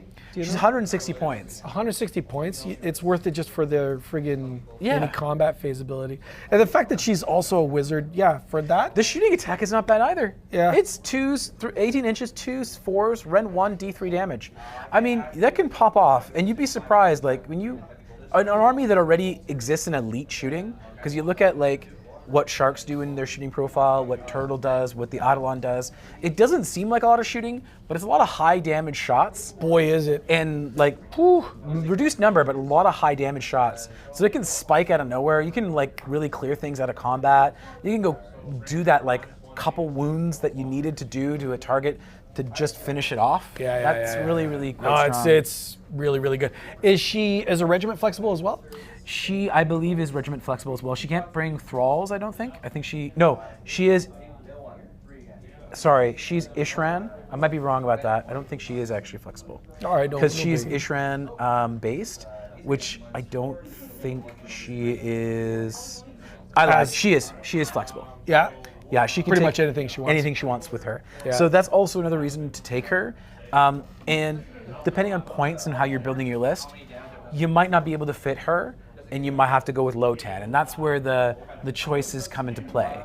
Lotan is cheaper, so by potentially being able to fit more. God, she makes up for a lot. But she makes up for a lot. So it's a little bit of a hard choice sometimes to pick between the two of them. Because Lotan is about 50 points cheaper. Which is huge. And that doesn't seem like a big deal, but when you're not paying points for your artifact and you're paying points for your overall thing, it can be significant, for sure. I just love that model, man. It's so cool. You were going to do an awesome job on that. I cannot wait to paint it. It's going to be extraordinary. Let's look at the icons. That's with a K. Let's drop this bad boy right there. All right, we're going to start off with Icon of the Storm. Everything is split between Storm and Sea, folks, if you haven't caught up on the actual pattern. This guy's also pretty darn good. I like his movement 7. I just wish all the infantry move 7. Yeah. That would be a nice boost for Namardi. They're pushed by the sea. Let's go with that. Yeah, I just thought, I don't know, it gives them that little extra supernatural speed. That would have been a nice choice as well. Yeah. I like the Whirlpool of Fury. The enemy units cannot use retreat abilities while they are in combat with this unit. Friendly units that use a retreat ability while they're wholly within 12 inches of this unit can still shoot and charge. That is really solid. Yeah. Like, it is the reason why I love the Icon of the Storm. You used to get this on turn 4 in the old Battle Tome, where your whole army could retreat, charge, and shoot. And that ability is definitely missing in this book. Like, you're going to feel it when you go into turn 3 and turn 4, and you feel like you don't have the flexibility because you might be stuck in combat. Maybe you left something on 1 health. This now helps that a lot. Yeah. Not only that, when he's in combat and your opponent not being able to retreat means bye-bye to attune to Gairan. Yeah, that's terrible. People were like, "Oh, I want to do attuned. I'm super clever. I'm gonna do my rules as written ability to charge without actually being able to range to charge anything. Exactly. Look, I charged something, and now you're like, no, You know what you do? Just kill this guy. You kill this guy. Basically. You just kill this guy. Because why? He's 6 wounds with a 4-up save. Don't ruin my fun. Okay. Yeah, so this is very true. Is he a melee beast? No, he's 3s, 4s, rend 1, 2 damage at 7 attacks each. You take this guy for that ability. You take him for that ability. That ability is and really good. He shouldn't be in combat. The idea is that he's hanging out 12 inches, wholly within 12 inches of your eels, of your turtle, and the whole idea is he's there. He can't even keep up with them super well with the 7-inch move because they're moving 14. By them, he means the eels. The eels, yes. By them, I mean eels and the turtle. Like, they're all moving faster than him, so you are gonna constantly have to run him up anyways to be able to get them wholly within 12, and then get them to be able to leave. So he's the kind of dude that you keep back. Maybe you keep him far enough away and you can teleport him up, and then that gives you that ability. Your opponent might look at the situation and be like, "Oh well, too bad you're stuck in combat. I'm going to give you the turn," and you're like, "About that," and then you teleport them forward. He's a tech piece. He is a tech piece, and he's cheap. That's the biggest thing. He's super cheap at 120 points, I think. Yeah, I don't know. I don't know if he makes it. Yeah, his brother though is even better. But wait, before we get into that, we're not done with him yet. He has a once per battle ability as well, any combat. This unit can use 2 fight abilities this phase. After the first is used, however, the unit has strike last. Again, this is mid. Because it's him. It's him, yeah. And you don't really want him in combat, but I wanted to discuss it because it's there. Yeah, I get it. It's a thing he can do. He's 7 attacks, 3s, 4s. 3s, 4s. That hurts. I don't know, why is he on a 3-4? Like, why? I don't know. Elves, that's why. And his friend isn't, which is weird. That's true. He is an elf because elves wound on 4s. That is true. Yeah. But let's look at his buddy, who we're going to leave this model here. We're going to leave the model there. And this is the Icon of the Sea. Mark, go ahead. You got him. He's amazing. He's amazing. He has run charge always, which is cute. But that's not why you take him. You take him because he picks a unit, and you can pick this unit and 1 other friendly unit within combat range to be the targets. And what does it do? For the rest of the turn, you add 1 to the dice rolled when making a charge roll for this unit to a maximum of 3. Yeah, you get 3d6 charge on a unit that moves potentially 20 inches. I think that's good. Do you think that's good? It is That's not bad. good. It is not bad. So this guy doesn't have to be in combat. He picks a unit, like gives him a little bit of a massage and pats him on the back and says, "You go at 3d6 charge." And he's like, "You got this." It's like, yeah, I do got it. I do got it. Oh, this is perfect timing. Nothing like a live stream fire with alarm. an alarm. Please. I blame Devin. This is Devin and Jake's fault. You know what's funny? Yeah. That is a test. I know it's a test, it's not real, but god damn it. That's really funny. We're gonna give it moments, and if it continues, we might have to cut this short. Hopefully that'll be the only time. Oh, that hurts. Oh. All right, well, live streams, folks. That's that. All right, so that's the icon of the C? C. Yeah, correct. Okay, all right, we got derailed. Everyone's safe again. No one's actually burning. Let's go to the Ishran Soul Scryer. Woo! All right, let's do it. So his ability. Now, this is where some spicy combos can happen, and they're really, really interesting. All right. So you don't take him for anything else other than this ability. That's why you take him. Okay. This ability is I'm ready. reaction. You declare the unpredictable tide ability or steed of tide ability. Instead of setting up the target as described in the ability used, set them up on the battlefield, wholly within 12 of this unit and more than 7 inches away from any enemy units. This is really strong. He's also a wizard. So what does this mean? You put him outside of unbind range, far, far away from everything. Yeah. And then you go, I'm going to do Steeds of Tide. And you teleport him outside of 9 of your opponent in the... Outside. outside of 9. Yeah. Okay. Still outside of 9. Yeah. With him, because you're Yeah. not looking to get him in combat. Yeah. Outside of 9. Okay. In your opponent's back line where they don't want you, very far away from where they're most vulnerable, on the back of the board. Then you take Soul Raid Ambushers, which is that battle trade ability that you get to pick 2 units for Unpredictable Tide. Yes. Then you take your Icon of the Sea that gives you a 3d6 charge and a hammer unit of some kind. You put them both outside of 7 of your opponent, and now both those units 3d6 charge. It's a lot of setup. Yeah. And I'm not sure if you followed the train to get there. It's just another potential tool opportunity. It's like, this isn't automatic, and of course your opponent can understand what could happen and zone out accordingly. But the thing is, he now has, even if he understands this is coming or potentially can I come. can potentially do it, is the Yeah. cool thing. Yeah. And the potential there is a lot. You get the guy with the 3d6 charge, or you can just go with several units and make a 7-inch charge. Apparently. Fire in the ocean. Fire in the ocean. A fire in the ocean. Oh, this no. is painful. This said that we're gonna test in the morning, and they did. Good. I just didn't realize it was gonna Also be now? Yeah. in the afternoon as well. Oh, fun. All right, folks, we're just gonna set up, and again, hopefully they'll be. Hopefully the place won't burn down. It's fine. All right, we'll do that. We're not gonna talk over the ring. No. We're just gonna let that glorious model float, and hopefully They'll it'll turn it end. off. Yeah. So, Mark, how's it going? That's good. That's good. That's good. Yeah, you know. Going on a street. Come on stream. It'll be no big deal. It'll be a big deal. Oh, it'll be fun. It'll be fun. Oh. Live streams are the best. You gotta love it. Thanks, building.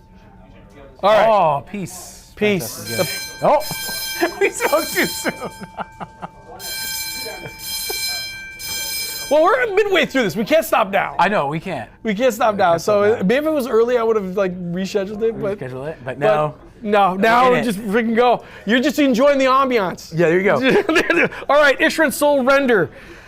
Soul Render is the heart and soul of the previous Namardi build, the guy who brings back all the dudes back into combat. Is he still doing that? Yeah, I mean, it's on a bad D3. On a 2-up, you return the number of slain models, and you pick 3 Namardi units that are wholly within 12 of him to be the target. The biggest glow up he got was the Hangman's Knot, ironically, and that is a really cool ability. You pick an enemy hero that's in combat with this unit, and you roll 2d6. If the roll exceeds their health characteristic, they're automatically killed. Most small heroes are 6 wounds to 7 wounds. Why is he an assassin? He's got a hangman's noose on him. He's not going to be up in the front probably anyways to be able to do his ability. He's a support hero. So the rules that you take him for seem to be disjointed. Yeah. And it's not guaranteed. And before it was like you get D3 plus 3 with a certain subfaction that you used to take that was way better than what it is now, where you're adding +1 to this. I hate you, Builder. I hate you. I think he's 90 points. It's the big thing with him. Yeah. He's really quite cheap. The issue I got with the guy, this is where it underscores how they just don't have enough staff. Yeah. This feels like they sunk a ton of energy into the battle trait, right? The person really thought about something really great. So they have the skill and the talent to do so, but they do not have the time to polish everything. And that guy might as well not exist. It would have absolutely no effect. Basically, on the book. On the book. It like no ward to like 5 wounds. Yeah. It just doesn't feel any good. There's no. We're just gonna get haunted by this bell. Yeah. Every time I speak, it's just gonna start ringing. It is. It is. Oh my gosh. And we only have basically half the book. We're smack dab right in the middle of it. Yeah. Oh, I'm so sorry, folks, that we got these ringing happening, but it is what it is. And we're just gonna have to roll through it. I don't want to stop it now. Yeah, no, for sure. So, all right. So, Ishran Tidecaster is the next one. Hopefully, we'll get it before the next bell. Yep. 30 points under, 120 points now. Really, really good. The biggest thing is you take it for the Ether Sea, Master of the Ether Sea ability. It's a really strong ability. It's basically a prayer. And you only get to do it once per turn army on your hero phase. It's so funny. Like I speak and it rings. Okay. You have Creeping Mist, which is the can't be targeted by shooting attacks unless you're within 12. Yeah. Then you have add 1 to run and charge rolls, and then this is the third ability, and this is why I forgot it because it's bad. Each time an enemy unit uses a retreat ability, after the effect of the ability has been resolved, you inflict D3 mortal wound damage on that target, on that unit. So effectively, you're discouraging your opponent from retreating because they potentially suffer 2d3, unless they're Skaven, in which case they suffer d3. Not a lot of units, not a lot of people are going to pick this. This is not. It'd be different if it was your units that were retreating, and then you do d3 mortal wounds to your opponent, but you're also doing d3 mortal wounds to yourself. Even with the retreat and shoot guy, you're still doing d3 mortal wounds. It doesn't take that away. You have to line up the right. It's now really, the right tide. To kind of leverage it. It's just really not amazing. The biggest thing is the Creeping Mist against the shooting army is really huge. Yeah. And the add 1 to run and charge roll is really nice as well. Yeah. And cool model. And cool model. The biggest disappointment I feel with her is like I'd love to take her as a sub-commander at 120 points. Or not a sub-commander. Yes, as a sub-commander for 120 points. You can't. And she doesn't unlock anything for your army as well, which is part of the problem. Oh, if she was actually a sub-commander, she'd be amazing. Well, I don't know about amazing. She'd flirt with good. Yeah, because you take her for this ability and she's a wizard. Yeah. So she'd be a one-cast wizard, relatively cheap as a sub-commander. Yeah. Wizards as sub-commanders are incredibly rare. Yeah. Only a select few armies are allowed to do that. Yes. The Soul Scryer now, it's technically a sub-commander, so you do get a wizard that has that ability. Yeah. So that is the net positive there. All right, we'll try to blaze through this so we're avoiding some bells. We go to Kellyan Thrallmaster, and this section of the book, unfortunately, we're probably going to breeze through. Yes. All right, so Kellyan Thrallmaster, what does he do? To put it short, he makes Namardi better. Ish. Gives them crit 2 hits. Cool. Like, how many different abilities have we talked about that can buff thralls, and you can't use any of them together? You can either get crit auto wound with him, crit mortals from the tide, or have 2 hits, crit 2 hits with the Thrallmaster. The best part about him is I guess he's cheap, and he unlocks Achillean stuff. Cool. Again, just another side. Like honestly, I think they just ran out of time. Yeah, this guy in the Scourged Gyran rules is also. I mean, like it's also very mid. You can use Scourged Gyran rules for him, I guess, and that makes him okay. But that's about it. The whole Thrall stuff is just no good. So give me one of each if you. Yeah. Well, because we're gonna basically There's the Reavers and there's discuss these both together. simultaneously. Why are we doing that? Well, to be fair, folks, they are okay. I do like Reavers because they have range, and range is great if there wasn't already good range in the army 12 inches. already in the book. 12-inch Like range? when you have a turtle that fires like 18 inches. Yeah. Sharks shoot 18 inches. These and they're guys, good, like they're the good range attacks. Good range shots. This thing shoots 12, which means even if you're teleporting in, if your opponent by some miracle pops a large redeploy, you're losing a bunch of shots in. And on top of that, There's a bell. there is a bell.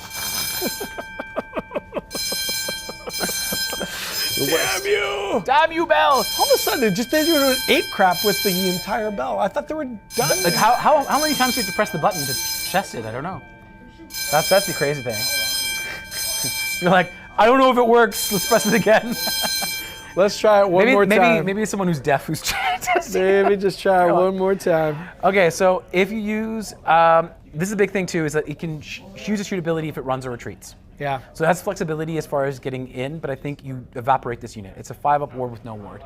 Yeah. It's movement 7, so it's a little bit faster, like we were talking about earlier. That's nice. Yeah. But again, the crit auto wound shots, all that shit, like all that stuff is okay.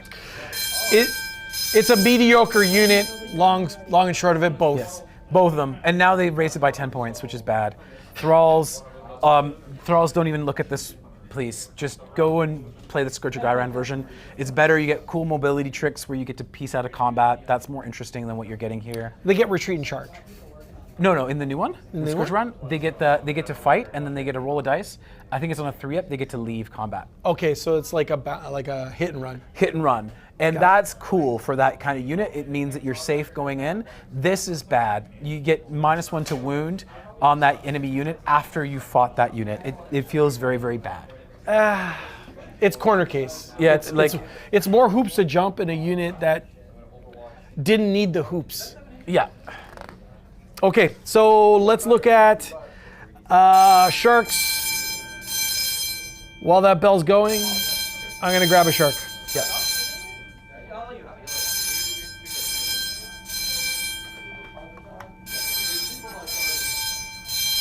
So, Alopex.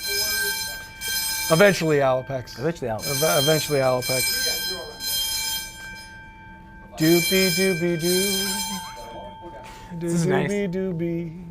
Okay, I think it's Doobie done. All right, Alopex. These are the sharks, and they're good. They're good. They are good. They're good at range. They're good in combat. They're good in combat. Yeah, sure. Let's go with that. So, the shooting attack is really reliable. 3s, 2s, and only 2 shots though, and only it's rend 1. But you can take one that's anti-cav, or you can take the anti-monster. Both are really strong at debuffing and providing that threat of a lot of damage. And the mobility is really key, and the range is really key. 18 inches means you can be really far away from a target and shoot it continually, and that's the best part about them. That, along with the fact that on a 3-up, if they do damage to a unit, that damage has to be allocated. On a 3-up, if it's a monster unit or a cavalry unit, you're half your charge. It's right. You subtract 1 dice roll from your the charge. Even better. Even better. So why is that really good? You combo that with Countercurrent, and your opponent's making a D3 charge. Right? So you cast Countercurrent for half charge, half run, and then you shoot them with this, and the attack goes through and you roll that 3 up, that cavalry unit is now making a 3-inch charge into whatever it wants. Yeah. A D3. That is phenomenal. Yeah. That is a phenomenal ability. And then you have the Achillean Leviathan. Actually, it's even worse, sorry. It's worse than a D3. You literally need to roll a 6 to make a 3-inch charge.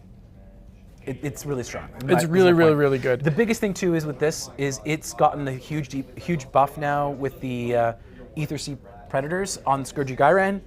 That's a whole entire battle formation that allows you to bring back sharks.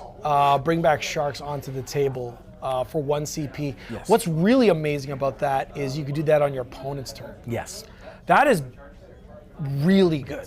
That ability is not unique to the army, but the ability to do it on your opponent's turn, that is strong. That is very strong. And I know you're kind of glazing over their melee stuff, but the reason why I like it is multi-damage, and the fact you could shoot, like if you commit in, because these guys move 12 inches, they can really seriously finish off a thing with the amount of damage. I mean, I did it during my game versus Sabeti with the foxes, and with the fox that he had, Severeth, and just in case, right? Yeah. It's an option that you could pivot to. I literally had Severus killed 3 sharks before this happened, but this is literally what the idea of it is. It's like you kill it and then it comes back, and then you kill it again and it comes back, and you're constantly recycling these sharks. You bring 4 sharks, it's like you've brought 8 sharks into your list. You've added 160 points for each of those sharks, right? That's added value. So if you take 4 sharks in a list, you literally are adding 600 points. It is actually really good. Man, this bell's annoying me, but it is what it is, I guess. Yeah. No amount of complaining about it's going to change anything again. Although I can still complain about it. Yeah. 100%. All right. I'm going to carefully place this right here. We're going to talk about now one of the absolute best units in the book.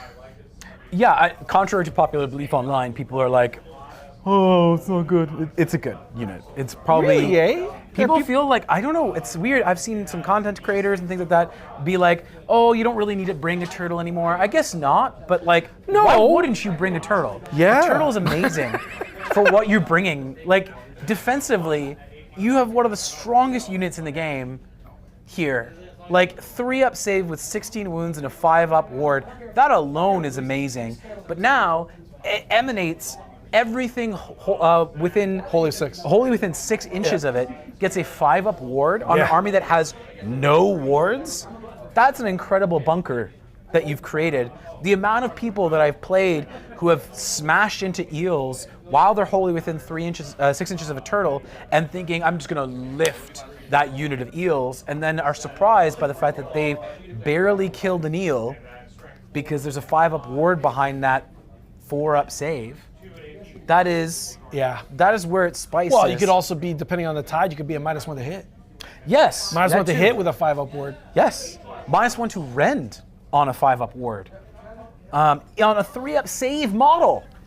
Like, this is insanely good. This is insane. This is insane. This is insane. Shooting attack is incredible. 18 inches. Anti-monster rend 1 with 4 shots on 3s, 2s, rend 1, 3 damage. Like, the 3 flat damage always surprises me. I knew it has it, but every time you take a hit, it's like, how much damage is that? 3, and I'm like, ooh, so that's, I failed 4 of these? That's 12 damage? Yeah, like, people are always shocked by it, and people are always like, oh, why would you countershoot? Like, a countershoot is 4s, 2s. If I spike the 4s, I have a 2-up. Yeah. That's still gonna be a lot of damage. Like, I'm still gonna do 6 damage to you if I get through your armor save. That's pretty insane in the shooting, even on the counter shoot. Obviously the melee profile is amazing. Does mortals to infantry on the way in, d6. Solid unit.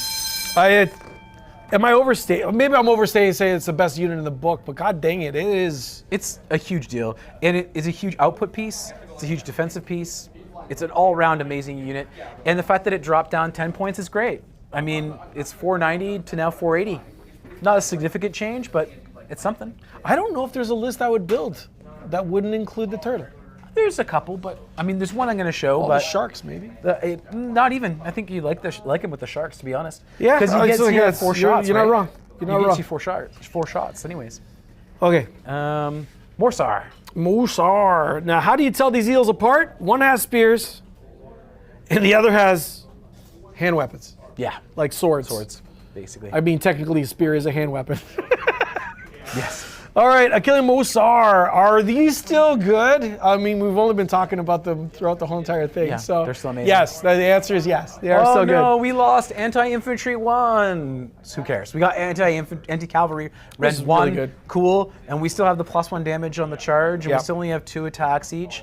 This profile is the gravy on top of what you're getting with the actual eels themselves, and that's 3 attacks each model, 4 attacks if you take Mathala, at 3s, even though it says 4s, 3s, because you're taking Killian Beastmasters if you're taking these eels, at red 1 at D3 damage. And the cool part about this is if they charge, this is a bit of a debuff. If they charge, they used to be on 6s, you do D3 damage, D3 mortals. Yep. Now it's easier to get off, because it used to be on a 4-up 1 mortal wound, on a 6 D3. Right. Now it's, and if you outnumbered the opponent, that would go to 3s and then 5s. Sure. But now it's 3s But all the now time. it's just on a 3-up all the time, and if you outnumber the opponent, you add 1 to that roll. So I like you're consistently rolling probably 6 dice, and you're doing on average 4 mortal wounds consistently to and it's that simple. unit. It's And a nice simple. quality of life. Yeah. I don't have to worry about, oh, did I roll a 6 there? Oh, how much does that? Oh, wait, do I outnumber you? Oh, those are 5s. Okay, those are D3, and then that would be. It's a bit of an extra step that you need, but more importantly, it's reliable. People are saying it's a debuff. I would agree, but there's going to be those games, and I've had those games. Well, it's a debuff because you're not spiking as hard. You're not spiking as hard. Yeah. But I've had those games where you charge in with eels and you do no mortals, and I've had those games where I charge and I do 12. I would It's the way I it would goes. rather have the reliability. I'd rather have the reliability. Exactly. All right, so this flips into, I know it's going to look the same, But they're different. but it's different, I promise you. They're different, guys. They're different. These guys look great, by the way. Thank you. Love my eels. Boom. So, Killing Ishran units. I mean, the lesser sexy version than their cousins.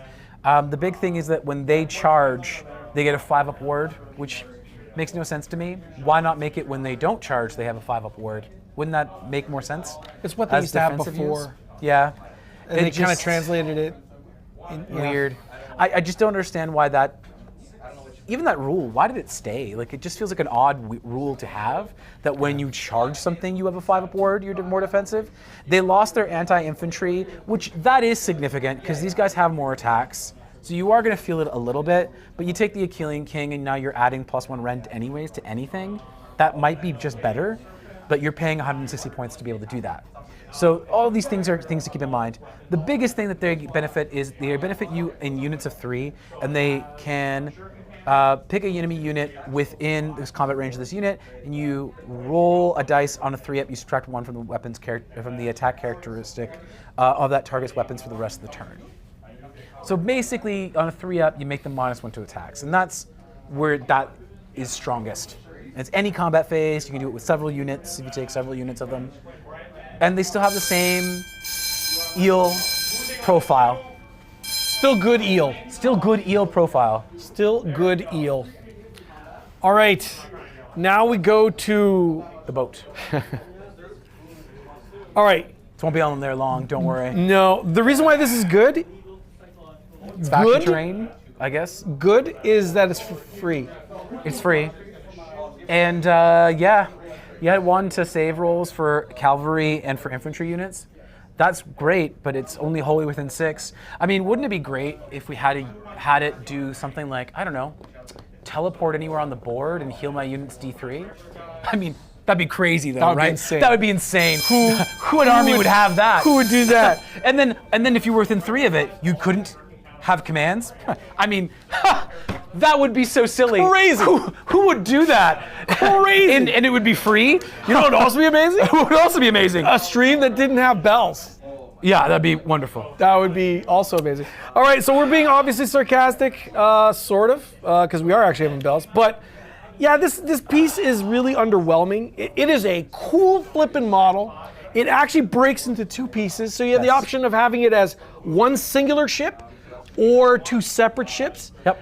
It can clog up lanes, so that's kind of cool. I guess, yeah. I mean, your army flies, so it's definitely impacting your opponent more. It gives your opponent something to charge into. That's nice. I mean, if you want to be nice, you can take it and give that to your opponent. The thing about it too is like it does mortal wounds only if you pass through the model, which makes no sense. Just make it anything within 3. You literally just don't walk across the model in any way, and great, you don't suffer D3. You don't do anything. It's such a bad that they add this rule. It's such a bad rule to add. The reason why you take it, honestly, is if you're playing certain missions where faction terrain can count towards scoring points. That's it. Talking about life roots. Yes. Life roots is why you take it. Yes. All right, let's talk briefly about the cool new unit. And by unit, we're going to say manifestation. And this is currently right now in sub-assembly, so we kind of have it. All right. Oh, I mean, the tentacles you probably can't fit. But Yeah, the tentacles can't really fit, but just imagine it has other tentacles. This is called the Incarnate of the Deep, and it is their faction manifestation. It is an incarnate, meaning it is an embodiment of the elemental power of the oceans. Yep.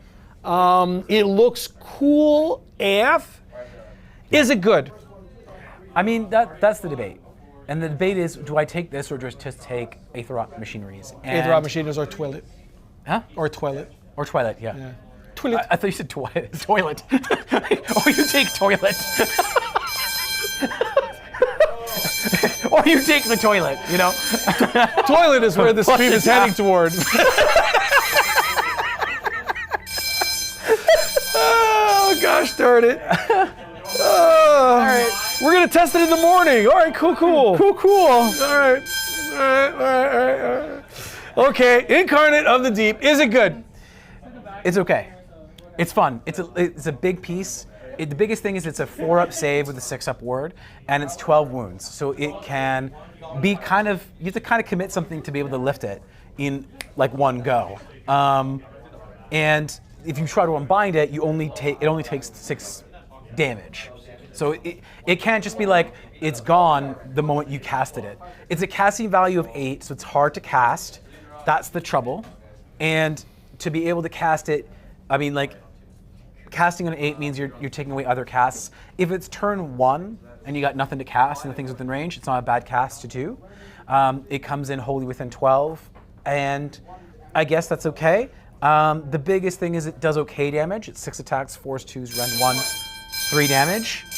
It has a weird anti-faction terrain ability for +1 rend. So I guess it's the idea like it's going in and trying to destroy faction terrain. That's fine. The abysmal tendrils is what it summons in. So that's the more interesting rule set. I'll include that in the thing. Yeah, so these tendrils come in. They don't come in automatically. You have to roll a dice, which I think that's the miss here, is that when you summon the Incarnate, you should be able to summon these in as well. As I think that's the part that's missing here. But unfortunately, you have to roll a dice to summon those in. And what do they do? Well, you have to roll a dice. It's any hero phase, so it means you can do it in your opponent's turn. And you roll a 4-up. On your turn, you add +1 to that dice roll. So it's on a 3-up on your turn. And you get to place one of these on the battlefield. It has to be set up wholly within 9 inches. And the important thing is, this doesn't have a move characteristic. So why is that good? Oh, it's really good because you can snuggle up, baby. In combat. Yeah. Right? You can place it into combat. It's not going to stop people from moving away from it, but you oftentimes can only redeploy with 1 unit. Or you can place it in behind a unit, like to go and try and hit a small hero. This thing might punk a small hero as well because its attack profile is 4 attacks, 4s, 2s, rend 1, d3 damage. It's not... There's a downside to no movement. It doesn't zone. It doesn't zone. Yeah. So there is that downside. If it dies, it doesn't matter. It can just come back. Yep. That's the fun part. People have to waste time dealing with this thing.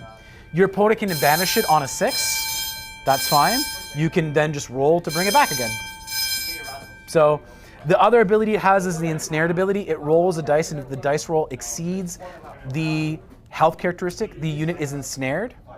And while that unit is ensnared, it can't use command abilities. Yeah. So against certain armies, that's really significant. You can just be like, you can't use commands in the combat phase. That's really strong, and it's any combat phase.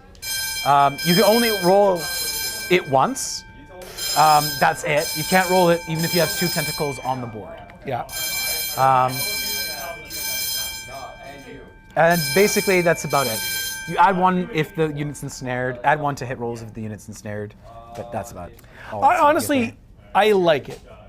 It's cool. Like, it's cool, it's thematic. It's not just cool, Yeah. it is actually a significant body that's free. That's the thing that you take it for, yeah.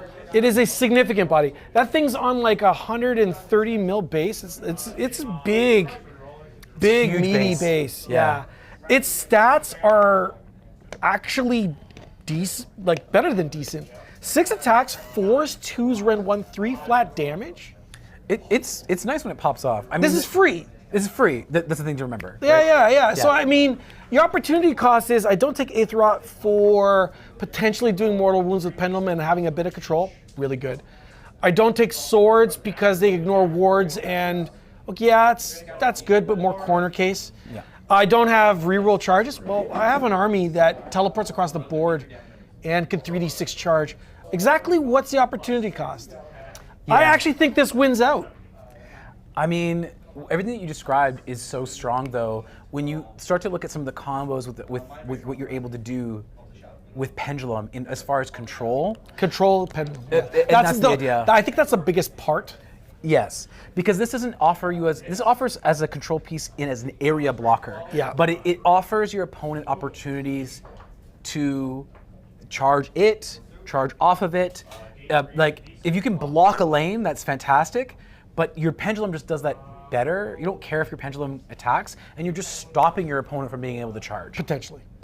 If you're able to line up the Pendulum correctly. Yeah, because that does require that. That level of understanding, yeah. Otherwise, he's got a 3-inch, a 6-inch little bubble around the Pendulum where I'm like, okay, I can maneuver around this. Yeah. And now this is not going to affect me at all. Yes. And in which case you move it away and then you make your opponent's heart. Yeah. No, So I think the Pendulum is probably the only part of that package that is stronger.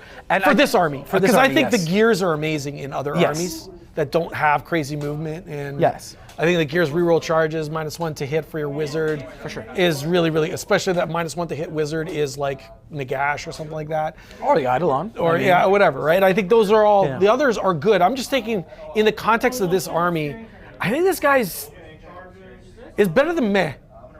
I don't know if he's small G or big G good. It's like one of those things that you're like, I want you to be good. I want you to be good. Because the model is so cool. Yeah. You want to be able to play this model because it's so cool.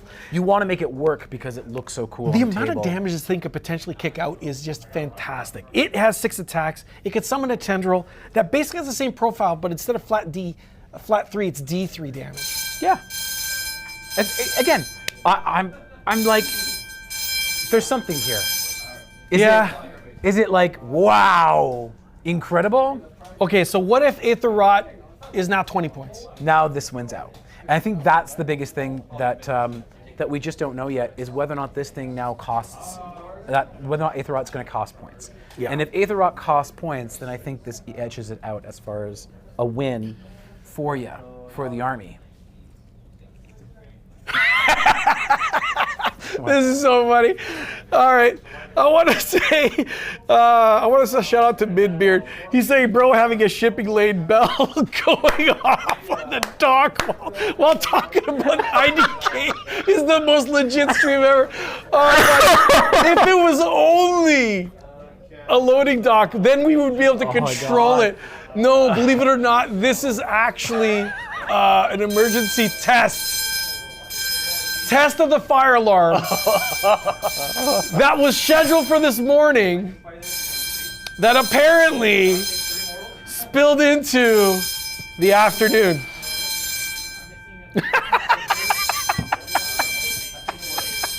It's like, it sounds What are we Down gonna to do? the ocean. We got this far. We've got this far. Ain't no turning back. You're just gonna enjoy the bells, and you're gonna like it. All right. We got the AOR, if you want to go over that. I don't know. Really quick. Okay, AOR because it's actually really good for other armies. Oh, no, you're talking about the... Or Army of Renown or the Army of Renown, Regiment of Renown? up to you. What is the best one? I think Army of Renown, the Icon Rack one, but they need to fix it. Right now, it's not fixed. There's definitely an error here. Basically, the biggest thing that you can take with Army of Renown with all Achillean units is you can take Volturnos. Volturnos always has strike first, is cute, and you get D3 points. These D3 points can be spent on 3 of different abilities. The only one that is actually remotely, like really hot, is the strike first. So effectively, you get these D3 points, and you can strike first by spending those points if you've charged. Now, however, they've messed this up. So it says you pick this ability is in the combat, and it says you must spend one of these points to be able to use it on these units. Pick a friendly unit that is not in combat to use this ability, which fight first if you're not in combat doesn't make any sense. So that's the only thing that they've messed up on here. It's clearly a copy-paste mistake that they made here. The biggest thing that you're losing with this is you're losing your tide abilities and you're losing your casters. I did not look at this simply because when you saw it, the you were like, loss of the tide, I was like, well, I don't want this. The biggest thing that I think that is interesting about this is you're giving all of your Achillean units strike first whenever you want, and you can have one unit of eels be the most destructive thing in the game ever. Because what it does, you pick one unit of 6 eels, that one unit ignores companion weapon abilities for that unit's attacks. So what does that do? Well, you can take an Achillean King and you can take Volturnos. So now, all of those abilities that you have from both of those units can affect the eels themselves. That means that when the Achillean King charges, those 6 units, 6 eels can now have Rend 2 for the eel attacks. They now benefit from the +1 to hit from Volturnos, which means they're back to 3s. Now they're striking first. If you have several units like a turtle that you can take, Achillean King, Volturnos, this unit, you can now stack these points because these points don't go away. And now have on turn 2 multiple of your units on the turn that you're charging in strike first. I'm not saying it's the best one in the game. You tell by my face. It's All interesting. Right. So this is why I'm not sold on that. Yeah. Did you ever hear the concept of win more? Yeah. We've already discussed this backwards and forwards, how this army can win quite handily. Yes. With all the buffs that they can line up. Yeah. Do I now need to give up my allegiance ability to win a bit harder when I've already won with the allegiance ability? Yeah. Maybe. No. Win hard. No. No, I don't. I don't need to do that. No, you don't. And the other don't. one is, I'm not going to waste time with it. It's Thralls, and you get an Eidolon that you would want to have to start the game with. Yeah. That you now need to summon in. It's bad. Yeah. Then you have these AORs. The only one that's worth talking is the Blood. The Shiver. Is the Shiver. Yep. Because all of these different armies that are order-based can take two sharks. 2 sharks. Why is that significant? You reduce half charges here. And then when you take it in Sylvaneth, with all the things that they've done to the Twistweld and Drycha, you can reduce people's charge in half, and then minus is a bunch of D3s. And they're 2 independent models that can go complete, potentially battle tactics as well. Yeah, they are your scouting force. Units that can potentially do that too. And if they're beside each other, they're -1 to hit, which is also really strong as well. And it's -1 to hit from all sources, I believe. It is genuinely a great unit, and I actually think from a design perspective, pretty genius. Splashing 2 sharks tempts you to start the army. That's where merchandising and marketing meet on product lines, and I think this is cool. I appreciate that obviously as a store owner, but even as a hobbyist, that's just really, really cool. I'm just looking at an excuse to start an army, and I could kind of slow grow into it. Absolutely. With that unit of 2 sharks, and then take it from there, because it's not like I'm not going to use sharks. Oh, totally. In my Idoneth builds anyway. All right, we got 2 more, believe it or not, and I don't want to skip it. I don't give a crap what the bell's on. Sharks or not, I love them all. Speaking of sharks, we're going to talk about some lists anyway. Yes. Mark's made 2 lists for us. Gaio, my man, this will be, I guess that'll be slide number 12, my friend. This is Edelot Fun. Yes, this is if you want to have some fun and you love the Edelot model like I do, and you just want to run a bunch of them. Okay, so I believe Gaio will have it on the screen in the next few moments. Yeah. Anyway, he'll get it up on there. So starting off, this is a first off, sorry, reverse. It's 1990. You couldn't figure out how to spend 10 freaking points. What are you gonna do? Be a loser. Soul Raid Ambushers. Yes. Okay, so why Soul Raid Ambushers? Because you can teleport with 2 units. So this is taking advantage of the storm part. No, it's the sea part. This is taking advantage of the storm. This is Tides of Storm. This is the Tides of Storm. Okay, yeah. This is the teleport abilities. Unpredictable Tides, I think it's what it's called. It is exactly what it's. This is a 5-drop list, which is absolutely awesome. Why'd you go 5 drops? Because you don't care. You'll be so far back away from your opponent. You're not really caring if you're going first or second, and you get to re-roll that charge, re-roll that prio roll, which is significant into a lot of other armies, which is nice. I've seen some comment on the fact that it's like a minor ability, and they are correct on the surface it's minor, but where that ability becomes kind of bonkers is if you go first, you're at the top of a turn, you finish off a turn, and now you're rolling for priority. If you have a reroll and break ties, that ability is super good. Yes. Because that's where that reroll becomes phenomenal. Yes. Like if I have a 5-drop list and my opponent gives me first turn, if I understand I can break ties and have a reroll in my back pocket, holy crap. Now, if he understands the math, and the math is like 70-ish% your way in favor, by the way, something along those lines. It's high. If he understands that, he will then take first. Yep. And now you have the advantage of potentially having a potential double if he makes a mistake on it. I'm not saying you take that double, but I'm just saying if he makes a mistake, now it's on him to position correctly and not screw up. And maybe that wasn't planned because he just wanted to avoid that. Yeah. That's where the reroll becomes fantastic. And I just wanted to say that because, again, I've seen someone comment saying it's not that big of a whoop. If you have an army that doesn't care about deciding priority, like an army that can move 14 inches and backline, why not take advantage of that? Yeah, absolutely. Right? And there's so many cool tech heroes in this army. Why not take advantage of it? Absolutely. And that's what 5 drops does. All right, so that was my little spiel. You also took, it didn't list it here, but what were your battle tactics in this? Oh, my battle tactics here was Attuned to Gairan for sure. Attuned to Gairan, and Attuned to Gairan is Seize the Center. That's the first affray that you unlock. Yep. And I believe it was Wrathful Cycles. And Wrathful Cycles is control more objectives than your opponent. You unlock the very first affray as well. Yeah. So Attuned to Gairan and Wrathful Cycle, two that are not common.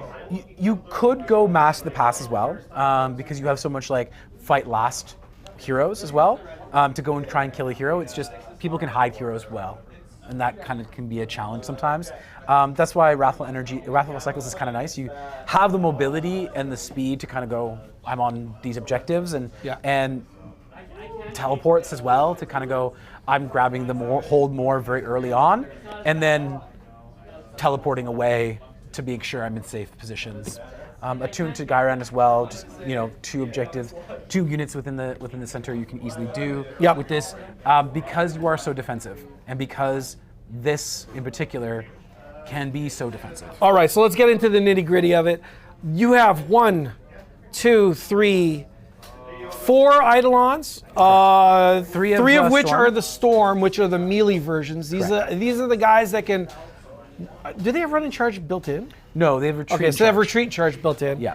But obviously you can gear it up that way depending on how you hit the clutch and slap it into first or second or third gear, depending on your streams, so to speak. All right, so Why'd you lean so heavily into the Storm, first off? Storm more output is the biggest thing. I don't need that many casts. Like, Idoneth is fantastic with their casts, but its War Scroll spell is not unlimited. Just the Tides are. The Steed of Tides is unlimited. So how useful is that going to be realistically is a real question that you need to ask yourself. And oftentimes the answer is probably not realistic. So having those different units, each of those Eidolons do such, not a high level of damage consistently, but a reliable amount of damage. That's an important distinction to make. They're very reliable. On 7 attacks on 3s, 2s, rend 2, 3 damage, that's reliability that you're getting. Now, where does this get even more interesting? Well, you have an Achillean King in the list. So now when the Achillean King goes in with 3 Eidolons and hitting that one unit. So now you're talking about dogpiling a thing. Dogpiling a thing. Yeah. And it's easy to do because you're fast enough with all of those units to dogpile a thing. You dogpile it, and all of your Eidolons go to Rend 3. Because of the At 3 flat King. damage. At 3 flat damage. At 7 attacks each. If you're hitting a hero, that hero is fighting last, and all of those guys are hitting. If it's your fight first turn, you have 3 of those fighting first before that opponent's able to go. So that's part of the appeal with the Achillean King. Now you take the Eidolon of the Sea, and you now go, I'm going to make you -1 to save. Icon. No, Icon of the Sea. I'm talking about Eidolon. Eidolon spell. Oh, the Edelot. Yeah. So with this combo, you cast yes. also that Eidolon Tsunami of Terror spell, and now all those Eidolons are Rend 4. How many things have a 3-up save? Better than a 3-up save? At neg 3, you're approaching mortal damage. At neg 4, you're basically there. You're basically there. Yeah, you're basically mortal output. Yes. So the idea is that you can guarantee death to a thing, which is really sweet. Repeatedly. Like, right? Yeah. You are only hindered by your own dice rolls on 3s and 2s at that point. Yeah. If you roll bad, nothing can help you. It's only 7 dice, right? Yeah. But because you have so many of them, it's the 21. Hope is 21 attacks at 3s, 2s, Rend 4, 3 damage. You hope that the dice gods don't curse you that day, I guess. The other cool thing, you got Ishran Soul Scryer. So the Ishran Soul Scryer now is a wizard. As we talked about, can teleport. That can nest. Be a sub-commander within a Be a sub-commander within the Eidolon of the Sea. And what you can do with it is you take it, you can hop in behind like I was saying. You can use, because our Soul Raid ambushers, we can pick 2 Eidolons of the Storm, teleport them with him. Then we can also take an Icon of the Sea along with them. And we can have 3d6 charge from 7 inches away with a couple of Eidolons. It's really strong. I can even teleport a 3rd Eidolon if I cast the Steed of Tides again, because it's unlimited. So I could have 3 Eidolons in your backfield with an Icon of the Sea, 2 of them charging at 7 inches, 1 of them charging at 7 inches with a 3d6. I'm not saying that's easy to engineer.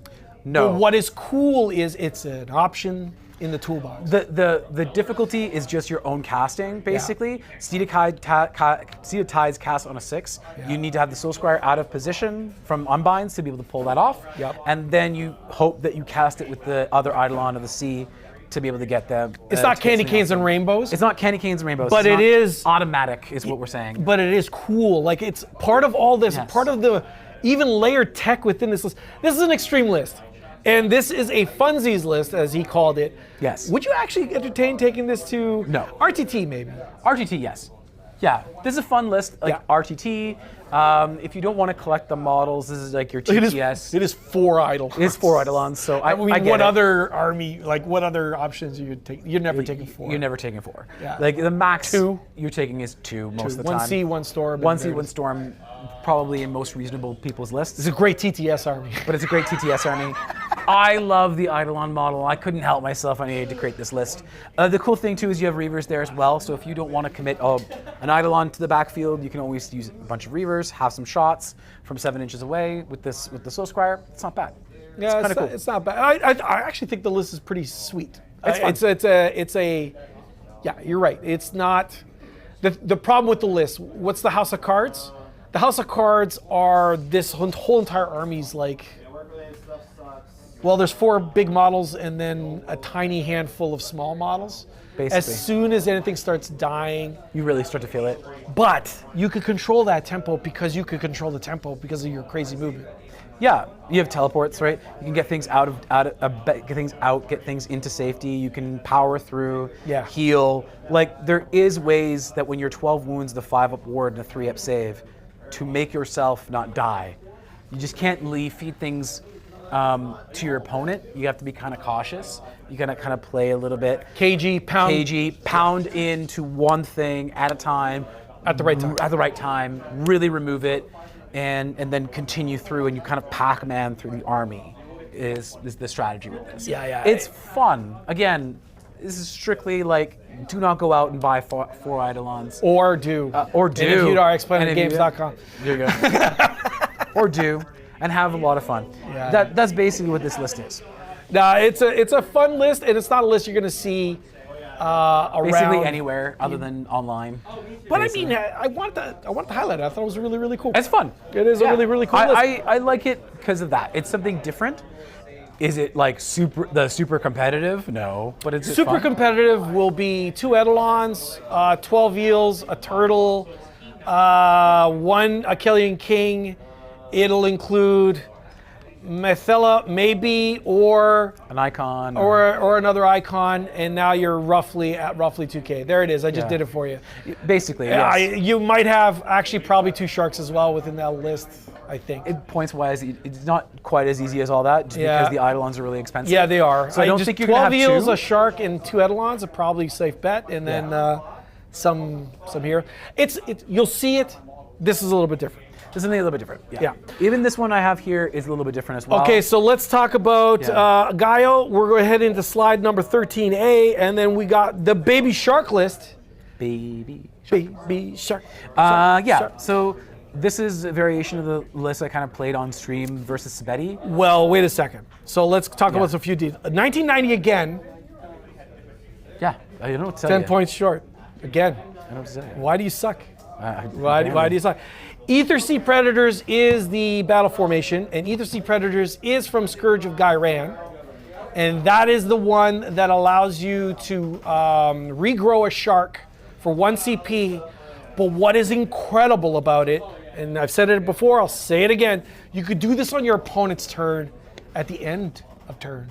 Yes. Right? End of turn. Which is... Oh, I was going to score that objective.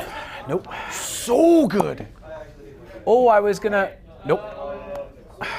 Well, that means going into your turn, you get to move. Now you get to move it. It obviously depends on whether you're at the top or bottom of the turn, whether you're going into a priority roll or not. Absolutely. And how you position that shark. But the point is, it's such an amazing pivot point. Yeah. This list used to have Lotan. This is very similar to the list I played against Sabeti. The big change here with this new book is I've swapped in Methella. Right. Why have I done that? You have now that hammer of 6 eels that are that much more reliable. Hold that thought. Yeah. One more time.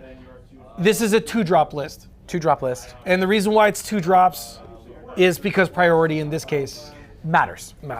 Yes. You want to be determining prio. This is a list that wants to control tempo a bit more than the other ones. And its biggest advantage is you're effectively getting 600 points more into your list, because each of those sharks that die, you don't care, you will bring them back. And the idea is that your opponent effectively has to make a decision. Do I go and kill those eels? Do I go and kill the sharks? Or do I ignore them, and can I afford to ignore them? And that is the challenge of this list. Because if you're constantly smashing each of these sharks over and over again that are constantly coming back throughout the game, you're not getting any value, you're not killing me in any way, in any significant way. You're not impacting. You're not impacting. Because you could recur on your opponent's turn. If you could only recur on your turn, totally different. Totally different. But the fact you could do it on your opponent's is just so good. So good. Yeah. So good. This is an extremely tempting list. Yes. we had many discussions way in the past in previous editions where I'm like, sharks are cool, Mark, and you're like, you know what, I'll try it out, and you did, and they weren't bad. Yeah. This is cool. This is way better, yeah. This is cool. The big thing is that sharks right now are 160 points, and without this subfaction, I don't think they're worth 160 points. They're expensive for what you're getting in this package at 160, but in this subfaction, 160 for a unit that can come back is worth its weight in gold. It's so much better. You get scouting off of these sharks now, reliably, whereas scouting that battle tactic in other Idoneth lists is more challenging to do because oftentimes you're talking about 2 concentrations of 6 eels, and those 6 eels can't go and grab those tactics for you. So scouting becomes a challenge, whereas these guys now can operate and get you scouting. They can get you turn 1 Wrathful as well, because they're so fast and they can just grab objectives and they die, you don't care. It means that you don't care, but it's not impactful. It's not impactful. Yeah. You know, oh, I put 1 shark there. Well, I'm going to charge that shark. And you're like, cool, bro. And you've killed that shark and now it's back in your objective. You gave me a free teleport for 1 CP. For 1 CP. Yeah. It's amazing. It's so good. It's incredible.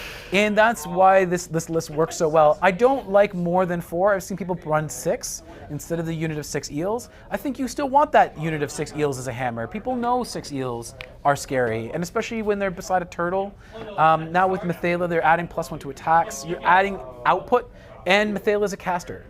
So it means you get another teleport option, you get another countercurrent option. You're taking the Edelot of the sea, who has countercurrent, who has the -1 to saves. So these guys really can't go in and fight, but these guys can. And when in a pinch. Can in a pinch. Yeah. And now with the Edelot going in and making things -1 to save, and now you send in a unit of eels, a couple of sharks along there, and then you add +1 to attacks, great. You know, you're now acting in with a lot more output than you thought. Yeah. The biggest issue is that, yes, they hurt by not having Achillean Beastmasters and hitting on 4s. That is a reality that does happen, and that definitely hurts. When you're going into this kind of list, the thing to understand is this is meant to, you have this hammer in case you get high tide, basically. And if you don't get to high tide, no big deal, because you have it's not high tide anymore. I know what you meant. Seize Embrace for the fight first on your turn. If you don't get the turn prio that you wanted. This is round 3. On round 3. Round 3. Then I get it. Like, the eels aren't really doing what you want them to do along with the turtle, but they can still go off and take a flank and be aggressive while the sharks are playing distraction Carnifex. I would be tempted to do 1 adjustment to your list, and the adjustment would be an additional shark. Just 1. Why? So you could have 5. Okay. So you could recur a shark every. It means have you the lose. I don't know. I understand. Yeah, you lose. There's a bunch of reasons why you took what you took, and there's a bunch of tech in the actual list itself. And I don't even know if Mark even covered. I didn't cover the artifact or I don't think the artifact or the heroic trait, but I can cover those quickly. So basically, the life kelp pod is what I'm going for here. And it means that all of your sharks that have cavalry, if they're in combat range with your Edelot, each of them heal D3 in any movement phase. That means your opponent's movement phase and your movement phase. Yeah. So even if you wanted to make them more durable, have them survive for longer, you can put them all within 3 inches of this, make sure you have this turtle nearby for the 5-up ward, and now that unit's hard to remove, it's healing every turn. Even though you kill it, great, it recurs. Like, you have a lot of that stacking that you can pull off, and that doesn't seem as hard as you think it is because of the fact that you have teleports all over the place. Nothing is as hard as you think it is because everything moves so fast. It moves so fast. Teleports. Basically, the Fang of Fangmora as well as on the Eidolon makes it a little bit tankier and harder to kill. And the biggest thing with this is it means that any attack, this says here on the app combat attacks, but I think in the book that is actually wrong. They've changed this. So in the book, it might be wrong. In the app, it might be correct. Who knows? We'll wait for an FAQ. But yeah, in the actual book itself, the heroic trait Fang of Fangmora that you pay 20 points for, is unmodified hit rolls for an attack that targets this unit is 1 to 3. Yeah. The attack fails. Yeah. That's it. 1 And to that 3. means shooting and in combat. In the app, it clearly says combat attacks. Oh, really? Well, yeah. that would be the default. This would be the default That would right be the now. source of truth, right? Like Yeah. the book is the source of truth. The app is always a bit copy-pasty from previous indexes, and sometimes they don't fully check those things. Yeah. So my guess is that this is wrong on the app, but on the actual book itself, it means that anyone shooting it can only hit it on 4s. Anyone in combat with it can only hit it on 4s. That's a significant boost. Not to say that you can't have other artifacts that are effective here. This life calc pod is just interesting when you have sharks that can recur. Gives them an extra boost of healing.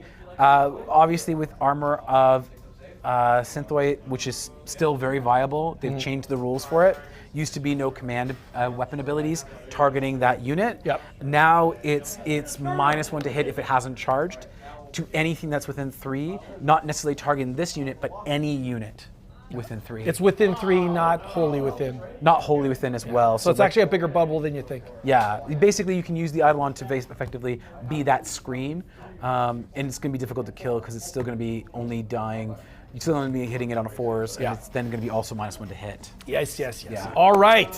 Yeah. We've done it. For you folks that have survived to this turn, thank you for hanging out for our 5-alarm fire of a stream. I want to give a shout out to Midbeard, Big Ron, Carl Ong wants to know when you're playing your game for the league. I'll tell you. We'll talk. Yeah. Yeah. Your 20 Graveguard might go missing before that game. Exactly Whoops. right. So we got some league games in the not too distant future. We're trying to actually get that one on stream. I'd love to see Carl squirm on stream. That would be pretty funny. Soulblight versus this. This baby. This baby. Buddy, I want to thank you so much for coming out. Thank you again. I want to thank my man in the back room, Gaio, for coming out. I want to thank all of you for hanging out with us today. I want to thank the room all the guys in the room right now, trying not to laugh at me while those bells were going. Woo! All right. Anyway, folks. All right, folks. Thank you so much. We'll catch you all next week. I think we got a 40K stream potentially this week. Definitely have one for next week. And we definitely have an AOS battle actually for next week as well. So we'll catch you then. Thank you so much.